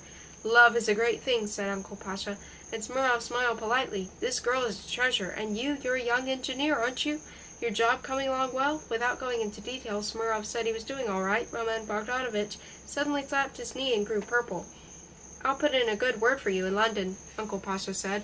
"I have many connections. Yes, I'm off, right now, as a matter of fact." And the astounding old fellow glanced at his watch and proffered us both hands. Smirnov, overcome with love's bliss, unexpectedly embraced him. "How do you like that? There is a queer one for you," said Roman Bogdanovich. When the door had closed behind Uncle Pasha, Yevgenia came back into the parlor. "Where is he?" she asked with surprise. There was something magical about his disappearance. She hastened up to Smirnov. "Please excuse my uncle," she began. "I was foolish enough to tell him about Vanya and Mukin. He must have got the names mixed up. At first I did not realize how gaga he was, and I listened and thought I was going crazy," Roman Bogdanovich put in, spreading his hands. "Oh, come on, Smirnov," Yevgenia went on. "What is the matter with you? You must not take it to heart like that. After all, it's no insult to you." "I'm all right. I just did not know," Smirnov said hoarsely. "What do you mean you did not know? Everybody knows. It's been going on for ages. Yes, of course, they adore each other. It's almost 2 years now. Listen, I'll tell you something amusing about Uncle Pasha. Once, when he was still relatively young— No, don't you turn away. It's a very interesting story. One day, when he was relatively young, he happened to be walking along Nevsky Avenue. There follows a brief period when I stopped watching Smirnov. I grew heavy, surrendered again to the gnawing of gravity, donned anew my former flesh. As if, indeed, all this life around me was not the play of my imagination, but was real, and I was part of it, body and soul. If you are not loved, but do not know for sure whether a potential rival is loved or not, and if there are several, do not know of which of them is luckier than you. If you subsist on that hopeful ignorance which helps you to resolve in conjecture and otherwise intolerable agitation, then all is well, you can live. But woe when the name is at last announced, and that name is not yours. For she was so enchanting, it even brought tears to one's eyes, and at the merest thought of her, a moaning, awful, salty night would well up within me. Her downy face, near-sighted eyes, and tender, unpainted lips, which grew chapped and a little swollen from the cold, and whose color seemed to run at the edges, dissolving in a feverish pink that seemed to need so badly the balm of a butterfly kiss, her short dresses, her big knees, which squeezed together unbearably tight when she played scat with us, bending her silky black head over their cards, and her hands, adolescently clammy and a little coarse, which one especially longed to touch and kiss. Yes, everything about her was excruciating and somehow irremediable. And only in my dreams, drenched with tears, did I at last embrace her and feel under my lips, her neck, and the hollow near the clavicle. But she would always break away, and I would awaken, still throbbing. What difference did it make to me whether she were stupid or intelligent, what her childhood had been like, what books she had read, or what she thought about the universe? I really knew nothing about her, blinded as I was by that burning loveliness which replaces everything else and justifies everything, and which, unlike a human soul, often accessible and possessible, can in no way be appropriated, just as one cannot include among one's belongings the colors of a ragged sunset clouds above black houses, or a flower smell that one inhales endlessly with tense nostrils to the point of intoxication, but cannot draw completely out of the corolla. Once, at Christmas, before a ball to which they were all going on without me, I glimpsed in a strip of mirror through a door left ajar her sister powdering Vanya's bare shoulder blades. On another occasion I noticed a flimsy bra in the bathroom. For me these were exhausting events. that had a delicious but dreadfully draining effect on my dreams, although never once in them did I go beyond a hopeless kiss. I myself do not know why I always wept so when we met in my dreams. What I needed from Vanya I could never have taken for my perpetual use and possession anyway, as one cannot possess the tint of a cloud or the scent of the flower. Only when I finally realized that my desire was bound to remain insatiable, and that Vanya was wholly a creation of mine, could I calm down and grow accustomed of my own excitement, from which I had extracted all the sweetness that a man can possibly obtain from love. Gradually my attention returned to Smorov. Incidentally, it turned out that in spite of his interest in Vanya, Smorov had, on the sly, set his sights on the Khrushchev's maid, a girl of 18 whose special attraction was the sleepy cast of her eyes. She herself was anything but sleepy. It is amusing to think what depraved devices of love played this modest-looking girl, named Gretchen or Hilda, I do not remember which, would think up when the door was locked and the practically naked light bulb, suspended by a long cord, illumined the photograph of her fiancé, a sturdy fellow in a Tyrolese hat, and an apple from the master's table. These doings Smurov recounted in full detail, not without a certain pride to Weinstock, who abhorred indecent stories, and would emit a strong eloquent phooey upon hearing something salacious, and that is why people were especially eager to tell him things of this nature. Smurov would reach her room by the back stairs, stay with her a long time. Apparently Yevgenia once noticed something, a quick scuttle at the end of the corridor, or muffled laughter behind the door, for she mentioned with irritation that Hilda or Gretchen had taken up with some fireman. During this outburst, Smurov cleared his throat complacently a few times. The maid, casting down her charming dim eyes, would pass through the dining room, slowly and carefully place a bowl of fruit on her breast on the sideboard, sleepingly pause and brush back a dim fair lock off her temple, and then somnambule back to the kitchen, and Smurov would rub his hands together as if about to deliver a speech, or smile in the wrong places during the general conversation. Weinstock would grimace and spit in disgust when Smurov dwelt on the pleasure of watching the prim servant maid at work then, such a short time ago, gently pattering with bare feet on the bare floor. He had been fox-trotting with a creamy-haunched wench in her narrow little room to the distant sound of a phonograph coming from the master's quarters. Mr. Mucken had brought back from London some really lovely records of most sweet Hawaiian dance music. "You're an adventurer," Weinstock would say, "a Don Juan, a Casanova." To himself, however, he undoubtedly called Smurov a double or triple agent, and expected the little table within which fidgeted the ghost of a Zeph to yield important new revelations. This image of Smurov, though interested me but little now, it was doomed to gradual fading owing to the absence of supporting evidence. The mystery of Smurov's personality, of course, remained, and one could imagine Weinstock several years hence in another city, mentioning in passing a strange man who had once worked as a salesman for him, and who now was God knows where. Yes, a very odd character, Weinstock would say pensively, a man knit of incomplete intimations, a man with a secret hidden in him. He could ruin a girl. Who had sent him and whom was trailing, it was hard to say, though I did learn from one reliable source, but then I don't want to say anything. Much more entertaining was Gretchen's or Hilda's concept of Smurov. One day in January, a new pair of silk stockings disappeared from Vanya's wardrobe, whereupon everybody remembered a multitude of other petty losses, 70 pfennigs of change left on the table and huffed like a piece of checkers, a crystal powder box that escaped from the SSR. The Khrushchev punned a silk handkerchief which treasured for some reason. Where on earth could I have put it? Then one day Smurov came wearing a bright blue tie with a peacock sheen, and Khrushchev blinked and said that he used to have a tie just exactly like that. Smurov grew absurdly embarrassed, and he never wore that tie again. But of course it did not enter anyone's head that the silly goose had stolen the tie. She used to say, by the way, a tie is a man's best ornament, and had given it out of the sheer mechanical habit to her boyfriend at the moment, as Smurov bitterly informed Weinstock. Her undoing came when Yevgenia happened to enter her room while she was out and found in the dresser a collection of familiar articles resurrected from the dead, and so Gretchen or Hilda left for an unknown destination. Smurov tried to locate her, but soon gave up and confessed to Weinstock that was enough. That evening, Yevgenia said that she had learned from some remarkable things from the janitor's wife. It was not a fireman at all, said Yevgenia, laughing, but a foreign poet. Isn't that delightful? This foreign poet had had a tragic love affair and a family estate the size of Germany, but he was forbidden to return home. Really delightful, isn't it? It's a pity the janitor's wife didn't ask what his name was. I'm sure he was Russian, but I wouldn't even be surprised if it was someone who comes to see us. For instance, that chap last year. You know whom I mean, the dark boy with the fatal charm. What was his name? I know whom you have in mind, Vanya put in. That Baron something or other. Or maybe it was somebody else, Yevgenia went on. Oh, that's so delightful. A gentleman who has also a spiritual gentleman, says the janitor's wife. I could die laughing. I'll make a point of taking all that down, said Roman Bogdanovich in a juicy voice. My friend in Tallinn will get a most interesting letter. Don't you ever get tired of it? Asked Vanya. I started keeping a diary several times, but always dropped it, and when I read it over, I was ashamed of what I put down. Oh, no, said Roman Bogdanovich. If you do it thoroughly and regularly, you get a good feeling, a feeling of self-preservation, so to speak. You preserve your entire life, and in later years, rereading it, you may find it not devoid of fascination. For instance, I've done a description of you that would be the envy of any professional writer. A stroke here, a stroke there, and there it is, a complete portrait. Oh, please show me, said Vanya. I can't, Roman Bogdanovich answered with a smile. Then show it to Yevgenia, said Vanya. I can't. I'd like to, but I can't. My talent friend stores up my weekly contributions as they arrive, and I deliberately keep no copies, so there will be no temptation to make changes ex post facto, to cross things out, and so on. And one day, when Roman Bogdanovich is very old, Roman Bogdanovich will sit down at his desk and start rereading his life. That's who I'm writing for the future old man with the Santa Claus beard. And if I find that my life has been rich and worthwhile, then I shall leave this memoir as a lesson for posterity. And if it's all nonsense, asked Vanya.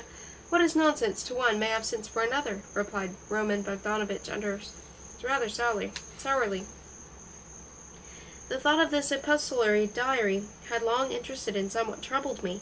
Gradually, the desire to read at least one excerpt became a violent torment, a constant preoccupation. I had no doubt that those jottings contained a description of Smirnov. I knew that very often a trivial account of conversations and country rambles and one's neighbor's tulips or parrots, and what one had for lunch that overcast day when, for example,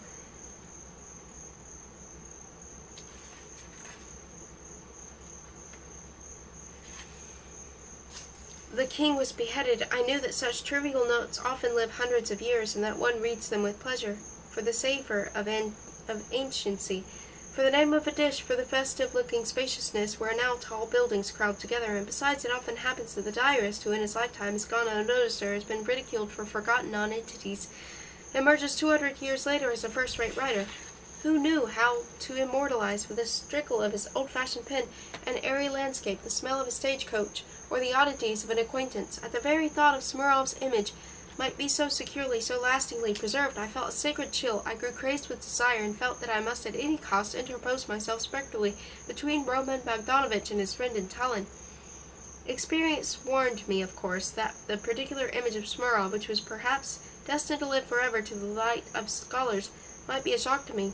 But the urge to gain possession of this secret, to see Smirnov through the eyes of future centuries, was so bedazzling that no thought of disappointment could frighten me. I feared only one thing, a lengthy and meticulous perlustration, since it was difficult to imagine that in the very first letter I intercepted, Roman Bogdanovich would start right off, like the voice in full swing that bursts upon your ears when you turn on the radio for a moment, with an eloquent report on Smirnov. I recall a dark street on a stormy March night. The clouds rolled across the sky, assuming a various grotesque attitudes like staggering and ballooning buffoons in a hideous carnival, while hunched up in the below, holding on to my derby, which I felt would explode like a bomb if I let go of its brim. I stood by the house where I lived, Roman Bogdanovich. The only witnesses to my vigil were a street light that seemed to blink because of the wind, and a sheet of wrapping paper that now scurried along the sidewalk, now attempted with odious riskiness to wrap itself around my legs.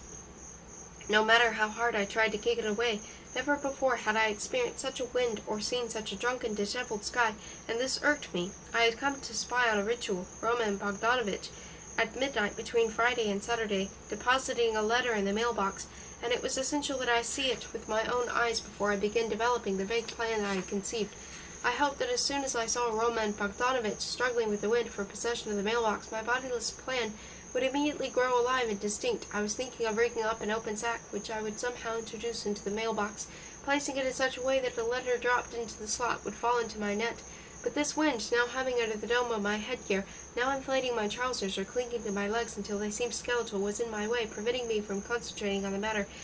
Midnight was soon closed completely, the acute angle of time. I knew that Roman Bogdanovich was punctual. I looked at the house and tried to guess behind which of the 3 or 4 lighted windows there sat at this very moment a man bent over a sheet of paper, creating an image perhaps immortal of Smirnov.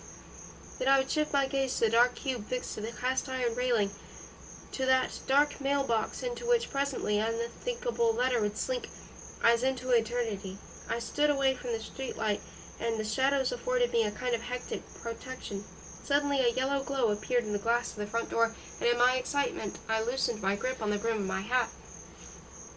In the next instant I was gyrating on one spot, both hands raised as if the hat had just snatched from me was still flying around my head.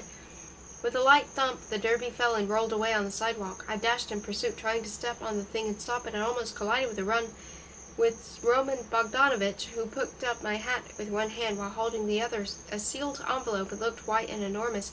I think my appearance in this neighborhood at that late hour puzzled him. For a moment the wind enveloped us in violence. I yelled a greeting, trying to outshout the din of the demented night, and then with two fingers lightly and neatly plucked the letter from Roman Bogdanovich's hand. I'll mail it, I shouted. It's on my way, it's on my way. I had time to glimpse an expression of alarm and uncertainty on his face, but I immediately made off, running the 20 yards to the mailbox, into which I pretended to thrust something, but instead squeezed the letter into my inside breast pocket. Here he overtook me. I noticed his carpet slippers. What manners you have! With displeasure. Perhaps I had no intention to post it. Here, take this hat of yours. Ever see such a wind? I'm in a hurry, I gasped. The swift night took my breath away. Goodbye, goodbye. My shadow, as it plunged into the aura of the street lamp, stretched out and passed me, but then it was lost in the darkness. No sooner had I left that street than the wind ceased. All was startlingly still, and amid the stillness a streetcar was groaning around a turn. I hopped on it without glancing at its number, for what lured me was the festive brightness of its interior, since I had to have light immediately. I found a cozy corner seat, and with furious haste ripped open the envelope. Here someone came right up to me with a start, and I placed my hat over the letter, but it was only the conductor. Feigning a yawn, I calmly paid for my ticket, kept the letter concealed all the time so as to be safe from possible testimony in court. There is nothing more damning but those inconspicuous witnesses, conductors, taxi drivers, janitors. He went away, and I unfolded the letter. It was 10 pages long, in a round hand, and without a single correction. The beginning was not very interesting. I skipped several pages, and suddenly, like a familiar face amid a hazy crowd, there was Smurov's name. What amazing luck! I propose, my dear Fyodor Robotrovich, to return briefly to that rascal. I fear it may bore you, but in the words of the Swan of Weimar, I refer to the illustrious Goethe. There followed a German phrase. Therefore, allow me to dwell on Mr. Smurov again and treat you to a little psychological study. I paused and looked up at a milk chocolate advertisement with lilac Alps. This was my last chance to renounce penetrating into the secret of Smurov's immortality. What did I care if this letter would indeed travel across a remote mountain pass into the next century, whose very designation, a 2 and 3 zeros, is so fantastic as to seem absurd? What did it matter to me what kind of portrait a long-dead author would treat? To use his own vile expression, his own known posterity. And anyway, was it not high time to abandon my enterprise, to call off the hunt, the watch, the insane attempt to corner Smurov? But alas, this was a mental rhetoric. I knew perfectly well that no force on earth could prevent me from reading that letter. I have the impression, dear friend, that I have already written you of the fact that Smurov belongs to the curious class of people I once called sexual lefties. Smurov's entire appearance, his frailness, his decadence, his mincing gestures, his fondness for eau de cologne, and in particular those furtive, passionate glances that he constantly directs toward your humble servant, all this has long since confirmed this conjecture of mine. It is remarkable that these sexually unfortunate individuals, while yearning physically for some handsome specimen of nature virility, often choose for object of their perfectly platonic admiration a woman who they know well, slightly or not at all, and so Smurov, notwithstanding this perversion, has chosen Varvara as his ideal. This comely but rather stupid lass is engaged to a certain M.M. Mukin, one of the youngest colonels in the White Army, so Smurov has full assurance that he will not be compelled to perform that which he is neither capable nor desirous of performing with any lady, even if she were Cleopatra herself. Furthermore, the sexual lefty, I admit, I find the expression exceptionally apt, frequently nurtures a tendency to break the law, which infraction is further facilitated for him by the fact that an infraction of the law of nature is already there. Here again our friend Smurov is no exception. Imagine the other day Philip Inakadovich Khrushchev confided to me that Smurov was a thief in the ugliest sense of the word. My interlocutor, so it turned out, had handed him a silver snuff-box. with occult symbols, an object of great age, and had asked him to show it to an expert. Smirnov took this beautiful antique, and the next day announced to Khrushchev with all the outward signs of dismay that he had lost it. I listened to Khrushchev's account and explained to him that sometimes the urge to steal is a purely pathological phenomenon, even having a scientific name, kleptomania. Khrushchev, like many pleasant but limited people, began naively denying that in the present instance we are dealing with a kleptomaniac and non-criminal. I did not set forth certain arguments that would undoubtedly have convinced him. To me everything is clear as day. Instead of branding Smirnov with the humiliating designation of a thief, I am sincerely sorry for him, paradoxical as it may seem. The weather has changed for me for the worse, or rather for the better, for are not this shush and wind harbingers of spring, pretty little spring, which even in an elderly man's heart arouses vague desires? An aphorism comes to mind. It will doubtless. I skimmed to the end of the letter. There is nothing further of interest to me. I cleared my throat and with untrembling hands tidily folded the sheets. Terminal stop, sir, a gruff voice said over me. Night reigned, the outskirts of the city. Dressed in a remarkable fur coat with a feminine collar, Smirnov is sitting on a step of the staircase. Suddenly Khrushchev, also in fur, comes down and sits next to him. It is very difficult for Smirnov to begin, but there is little time, and he must take the plunge. He frees a slender hand sparkling with rings, rubies, all rubies, from the ample fur sleeve, and smoothing his hair says, "There is something of which I want to remind you, Philip Inokinikovich. Please listen carefully." Khrushchev nods. He blows his nose. He has a bad cold from constantly sitting on the stairs. He nods again, and his swollen nose twitches. Smirnov continues, "I am about to speak of a small incident that occurred recently. Please listen carefully." "At your service," replies Khrushchev. "It is difficult for me to begin," says Smirnov. "I might betray myself by an incautious word. Listen carefully. Listen to me, please. You must understand that I returned to this incident without particular thought at the back of my mind. It would not even enter my head that you should think of me a thief. You yourself must agree with me that I cannot possibly know if you're thinking this. After all, I don't read other people's letters. I want you to understand that the subject has come up quite by chance. Are you listening?" "Go on," said Khrushchev, snuggling in his fur. "Good. Let us think back. Philip Inokinikovich. Let us recall the silver miniature. You asked me to show it to Weinstock. Listen carefully. As I left you, I was holding it in my hand. No, please don't recite the alphabet. I can communicate with you perfectly well without the alphabet, and I swear by Vanya, I swear by all the women I have loved, I swear that every word of the person whose name I cannot utter, since otherwise you will think I read other people's mail, and am therefore capable of thievery as well. I swear that every word of it is a lie. I really did lose it. I came home, I no longer had it, and it is not my fault. It is just that I am very absent-minded and love her so much." But Khrushchev does not believe Smirnov. He shakes his head. In vain does Smirnov swear. In vain did he wring his white, glittering hands. It is no use. Words to convince Khrushchev do not exist. Here my dream exhausted its meager supply of logic. By now the staircase on which the conversation took place was standing all by itself in an open country, and below there were terraced gardens in the haze of trees and blurring bloom. The terraces stretched away into the distance, where one seemed to distinguish cascades and mountain meadows. Yes, said Khrushchev in a hard, menacing voice. "There was something inside that box, therefore it is irreplaceable. Inside it was Vanya. Yes, this happens sometimes to girls. A very rare phenomenon, but it happens. I awoke. It was early morning.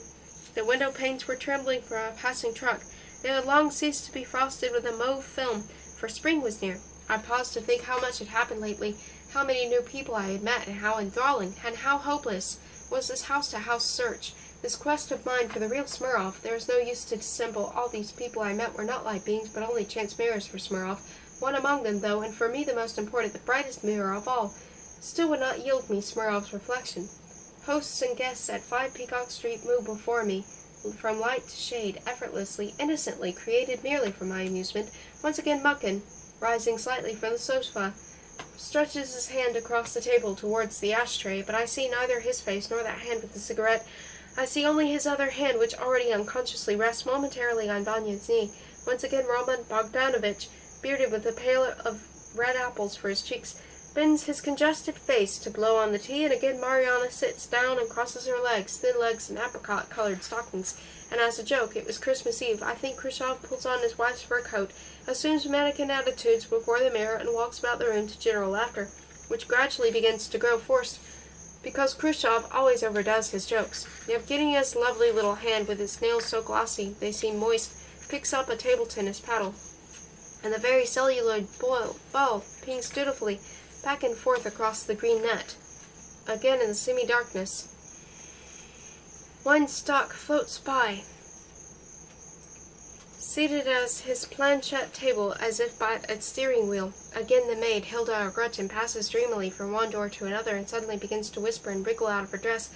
Whenever I wish I can accelerate or retard to ridiculous slowness the motions of all these people, or distribute them in different groups, or arrange them in various patterns, lighting them now from below, now from the side, for me, their entire existence has been merely a shimmer on a screen.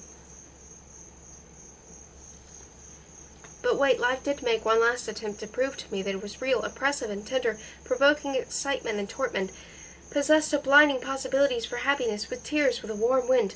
That day I climbed up to their flat at noon. I found the door unlocked, the rooms empty, the windows open. Somewhere a vacuum cleaner was putting its whole heart into an ardent whir. All at once, through the glass door leading from the parlor to the balcony, I saw Vanya's bowed head. She was sitting on the balcony with a book, and strangely enough, this was the first time I found her at home alone. Ever since I had been trying to subdue my love by telling myself that Vanya, like all the others, existed only in my imagination and was a mere mirror.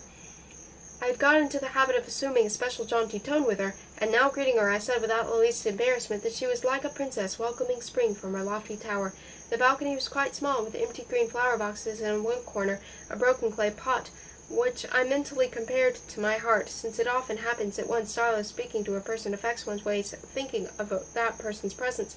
The day was warm, though not very sunny, with a touch of turbidity and dampness, diluted sunlight and a tipsy but meek little breeze, fresh from a visit to some public garden where the young grass was already nappy and green against the black of the loam. I took a breath of this air and realized simultaneously that Vanya's wedding was only a week away. This thought brought back all the yearn and ache. I forgot again about Smirnov, forgot that I must talk in a carefree manner. I turned away and began looking down at the street. How high we were, and so completely alone. He will be quite a while yet, said Vanya. They keep you waiting for hours in those offices. Your romantic vigil, I began, compelling myself to maintain that life-saving levity, and trying to convince myself that the vernal breeze was a bit vulgar too, and that I was enjoying myself hugely. I had not taken a good look at Vanya. I always needed a little time to get acclimated to her presence before looking at her. Now I saw that she was wearing a black silk skirt, and a white pullover with a very low V-neck, and that her hairdo was especially sleek. She went on looking through her long net at the open book, a prognostic novelette by a Russian lady in Belgrade or Harbin. How high we're above the street, right up in the gentle, rumpled sky. The vacuum cleaner inside stopped its buzzing. Uncle Pasha is dead, she said, lifting her head. Yes, we got a telegram this morning. What did I care if the existence of that jovial, half-witted old man come to an end? But at the thought of that, along with him, had died the happiest, short-lived image of Smirnov, the image of Smirnov the bridegroom, and I felt that I could not restrain any more the agitation that had long been welling within me. I do not know how it started. There must have been some preparatory motions, but I remember finding myself perching on the wide wicker arm of Vanya's chair and already clutching a wrist, that long-dreamed-of forbidden contact. She blushed violently, and her eyes suddenly began to shine with tears. How clearly I saw her dark lower eyelid fill with glistening moisture. At the same time she kept smiling, as though with unexpected generosity she wished to bestow on me all the various expressions of her beauty. He is such an amusing old man, she said to explain the radiance on her lips, but I interrupted her. I can't go on like this. I can't stand it any longer, I mumbled, now snatching a wrist which would immediately grow tense, now turning an obedient leaf in the book on her lap. I have to tell you, it doesn't make any difference now. I am leaving and shall never see you again. I have to tell you. After all, you don't know me, but actually I wear a mask. I'm always hidden behind a mask. Come, come, said Vanya. I know you very well indeed, and I see everything, understand everything. You are a good, intelligent person. Wait a moment. I'll take my handkerchief. You're sitting on it. No, it fell down. Thank you. Please let go of my hand. You mustn't touch me like that. Please, don't. She was smiling anew assiduously and comically raising her eyebrows as if inviting me to smile too, but I had lost all control of myself, and some impossible hope was fluttering near me. I went on talking and gesticulating so wildly that the wicker chair arm creaked under me, and there were moments when the parting in Vanya's hair was right under my lips, whereupon she would carefully move her head away. More than life itself, I was saying rapidly, more than life itself, and already for a long time, since the very first moment, and you are the first person who has ever told me that I am good. Please don't, pleaded Vanya. You are only hurting yourself and me. Look, why don't you let me tell you how good Roman Bogdanovich made a declaration of love to me. It was hilarious. Don't you dare, I cried. Who cares about that clown? I know you would be happy with me. And if there is anything about me that you don't like, I'll change. In any way you wish, I'll change. I like everything about you, said Vanya, even your poetic imagination, even your propensity to exaggerate at times. But above all, I like your kindness, for you are very kind, and love everyone very much, and then you're always so absurd and charming. All the same, though, please stop grabbing my hand, or I shall simply get up and leave." "So there is hope after all?" I asked. "Absolutely none," said Vanya, "and you know it perfectly well yourself, and besides, he should be here any minute now." "You cannot love him," I shouted. "You are deceiving yourself. He is not worthy of you. I can tell you some awful things about him." "That will be enough," said Vanya, and made as if to get up, but at this point, wishing to arrest her movement, I involuntarily and uncomfortably embraced her, and at the warm, woolly, transparent feel of her pullover, a turbid, excruciating delight began to bubble within me. I was ready for anything, even for the most revolting torture, but I had to kiss her at least once. "Why are you struggling?" I babbled. "What can it cost you? For you it's only a little act of charity, for me it's everything. I believe I might have consummated a shiver of homoerotic rapture had I been able to hold her a few seconds longer, but she managed to free herself and stand up. She moved away to the balcony rail, and clearing her throat and narrowing her eyes at me, and somewhere in the sky there rose a long harp-like vibration, a final note.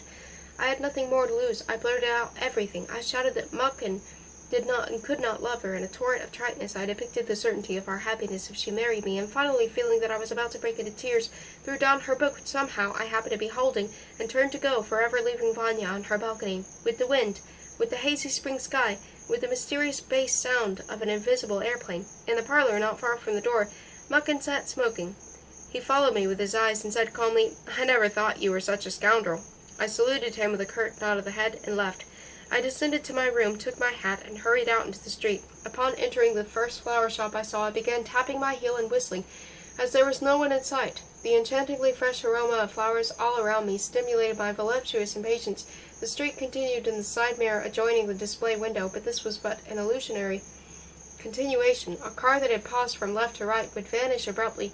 Even though the street awaited it imperturbably, another car which had been approaching from the opposite direction would vanish as well. One of them had been only a reflection. Finally the salesgirl appeared.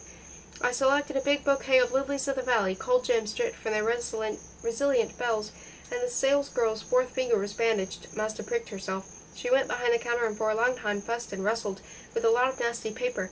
The tightly bound stems were in a thick, rigid sausage. Never had I imagined that lilies of the valley could be so heavy. As I pushed the door, I noticed the reflection in the side mirror. A young man in a derby, carrying a bouquet, hurried toward me. That reflection and I merged into one. I walked out into the street.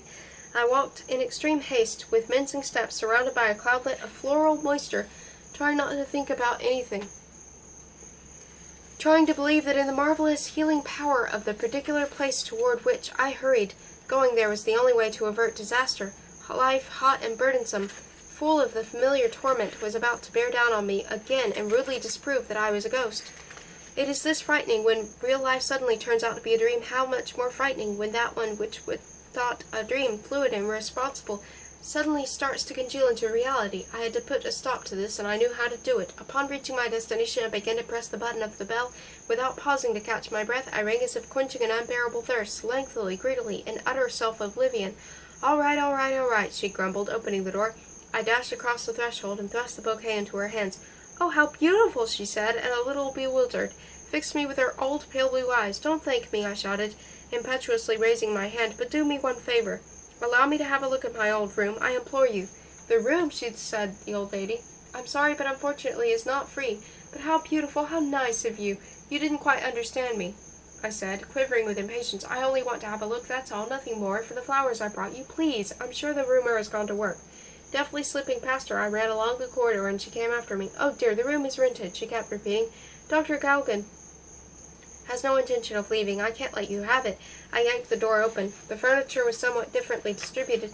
A new picture stood on the washstand, and on the wall behind it I found the hole carefully plastered over. Yes, the moment I found it, I felt reassured. With my hand pressed to my heart, I grazed at the secret mark of my bullet. It was my proof that I had really died. The world immediately regained its reassuring insignificance. I was strong once again. Nothing could hurt me. With one sweep of my fancy, I was ready to evoke the most fearsome shade from my former existence. With a dignified bow to the old woman, I left this room where once upon a time a man had been bent over double as he released the fatal spring. In passing through the front hall, I noticed my flowers lying on the table. and feigning absent-mindedness, scooped them up, telling myself that the stupid old woman little deserved such an expensive gift. In fact, I could send it to Vanya with a note to both sad and humorous. The moist freshness of the flowers felt good, the thin paper had yielded here and there, and squeezing with my fingers the cool green body of the stems, I recalled the gurgling and dripping that had accompanied me into nothingness. I walked leisurely along to the very edge of the sidewalk, and half closing my eyes, imagined that I was moving along the rim of a precipice, when a voice suddenly hailed me from behind. "Господин Smirnov," it said, loud but hesitant tone. I turned at the sound of my name, involuntarily stepping off the sidewalk with that one foot.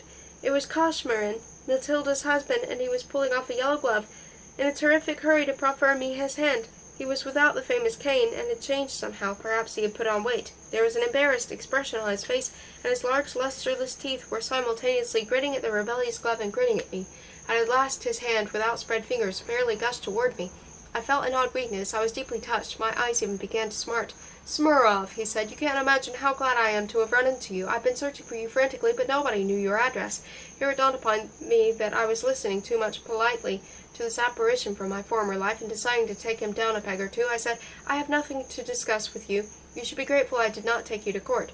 "Look, Smirnov," he said plaintively, "I'm trying to apologize for my vile temper. I couldn't live at peace with myself after our, heated discussion. I felt horrible about it. Allow me to confess something to you, as one gentleman to another. You see, I learned afterwards that you were neither the first nor the last, and I divorced her. Yes, divorced her. There can be no question of you and me discussing anything," I said, and took a sniff of my fat, cold bouquet. "Oh, don't be so spiteful," exclaimed Kashmirin. "Come on, hit me. Give me a good punch. Then we'll make up." "You don't want to? There, you're smiling. That's a good sign. No, don't hide behind those flowers. I can see you're smiling, so now we can talk like friends. Allow me to ask how much money you are making." I pouted a while longer, then answered him. All along I had to restrain a desire to say something nice, something to show how touched I was. "Well, then, look," said Kashmirin. "I'll get you a job that pays 3 times as much. Come and see me tomorrow morning at the Hotel Monopoly. I'll introduce you to a useful person. The job is a snap, and trips to the Riviera and Italy are not to be ruled out. Automobile business. You'll stop by then?" He had, as they say, hit the bull's-eye. I had long been fed up with the Weinstock and his books. I started sniffing at the cold flowers again, hiding in them my joy and my gratitude. "I'll think it over," I said, and sneezed. "God bless you!" exclaimed Kashmirin. "Don't forget them. Tomorrow. I'm so glad, so very glad I ran into you." We parted. I ambled on slowly, my nose buried in the bouquet. Kashmirin had borne away yet another image of Smirnov. Does it make any difference which? For I do not exist. There exist but the thousands of mirrors that reflect me. With every acquaintance I make, the population of phantoms resembling me increases. Somewhere they live, somewhere they multiply. I alone do not exist. Smirnov, however, will live on for a long time. The 2 boys as pupils of mine will grow old, and some image or other of me will live within them like a tenacious parasite, and then will come the day when the last person who remembers me will die. A fetus in reverse, my image, too, will dwindle and die within the last witness of the crime I committed by the mere fact of living. Perhaps a chance story about me, a simple anecdote in which I figure, will pass on from him to his son or grandson, and so my name and my ghost will appear fleetingly here and there for some time still. Then will come the end. And yet I am happy, yes, happy. I swear I am happy. I have realized that the only happiness in this world is to observe, to spy, to watch, to scrutinize oneself and others, to be nothing but a big, slightly vitreous, somewhat bloodshot, unblinking eye.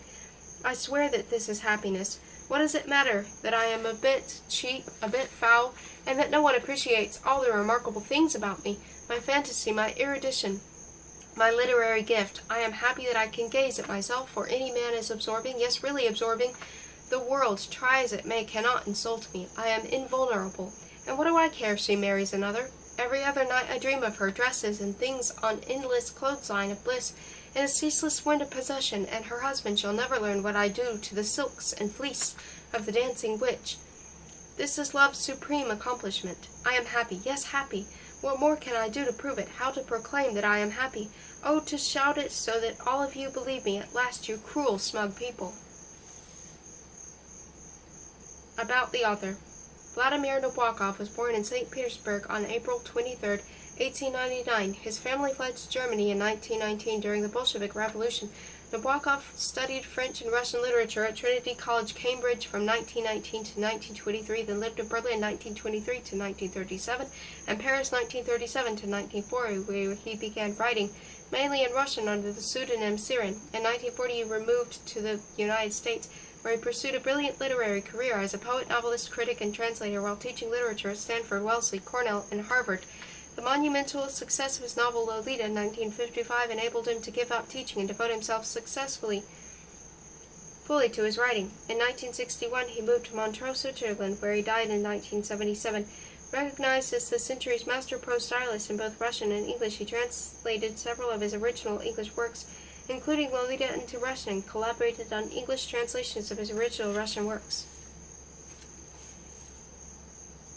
That was The Eye by Vladimir Nabokov. It is one of my favorite books by him.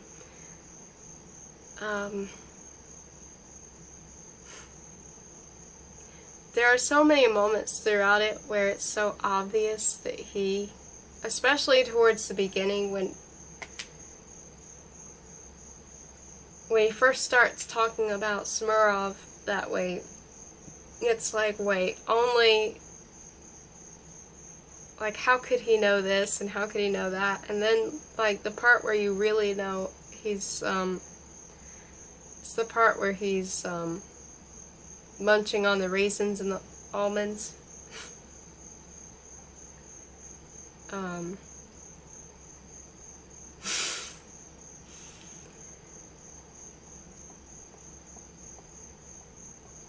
I just love the humor of it, and I love the sort of,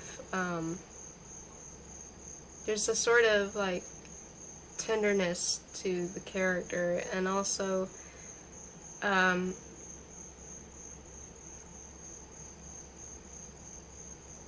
it's just interesting the way that he observes all of them, and he believes certain things about them until it's revealed what they actually think of him. And then the thing about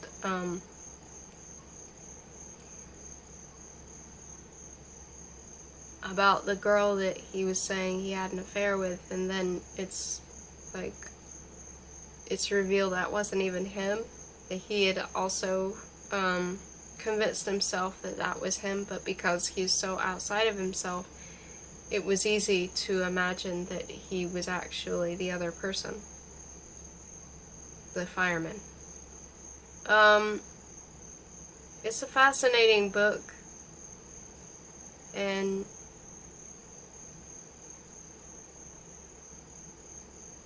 the conclusion of it is just so perfect, especially since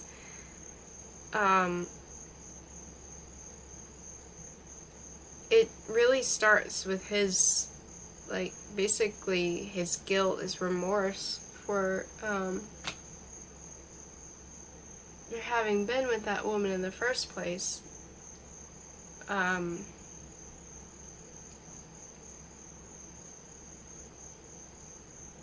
I feel like that's partly what leads to his split, is that, or not split exactly, but his disassociation from himself.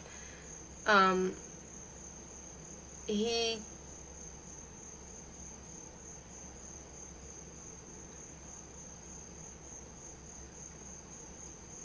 goes from that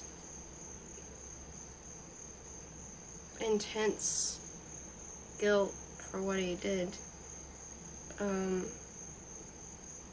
to in the end being forgiven of it by the person, and it's like the relief and the joy that he has at the end of it. It's just like, you can tell that that's very healing for the character. So even if he wants to and prefers to feel outside of himself, you can sense that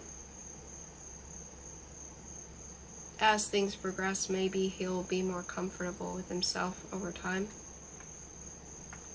eventually. Although there are some things towards the beginning that also sort of hint at him already beginning to show signs of odd difficulties with his sense of self.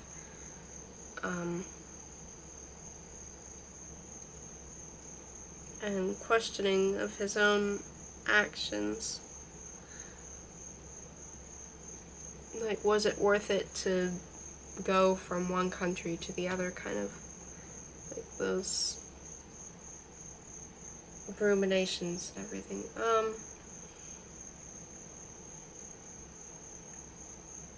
It's just a great book. I love that one.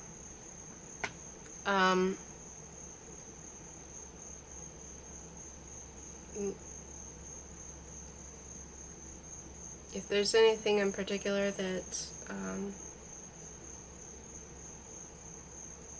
that seemed especially significant in some way to you, or some detail you really liked, or something you'd like to talk about pertaining to the book, feel free to in the comments. Thank you for listening.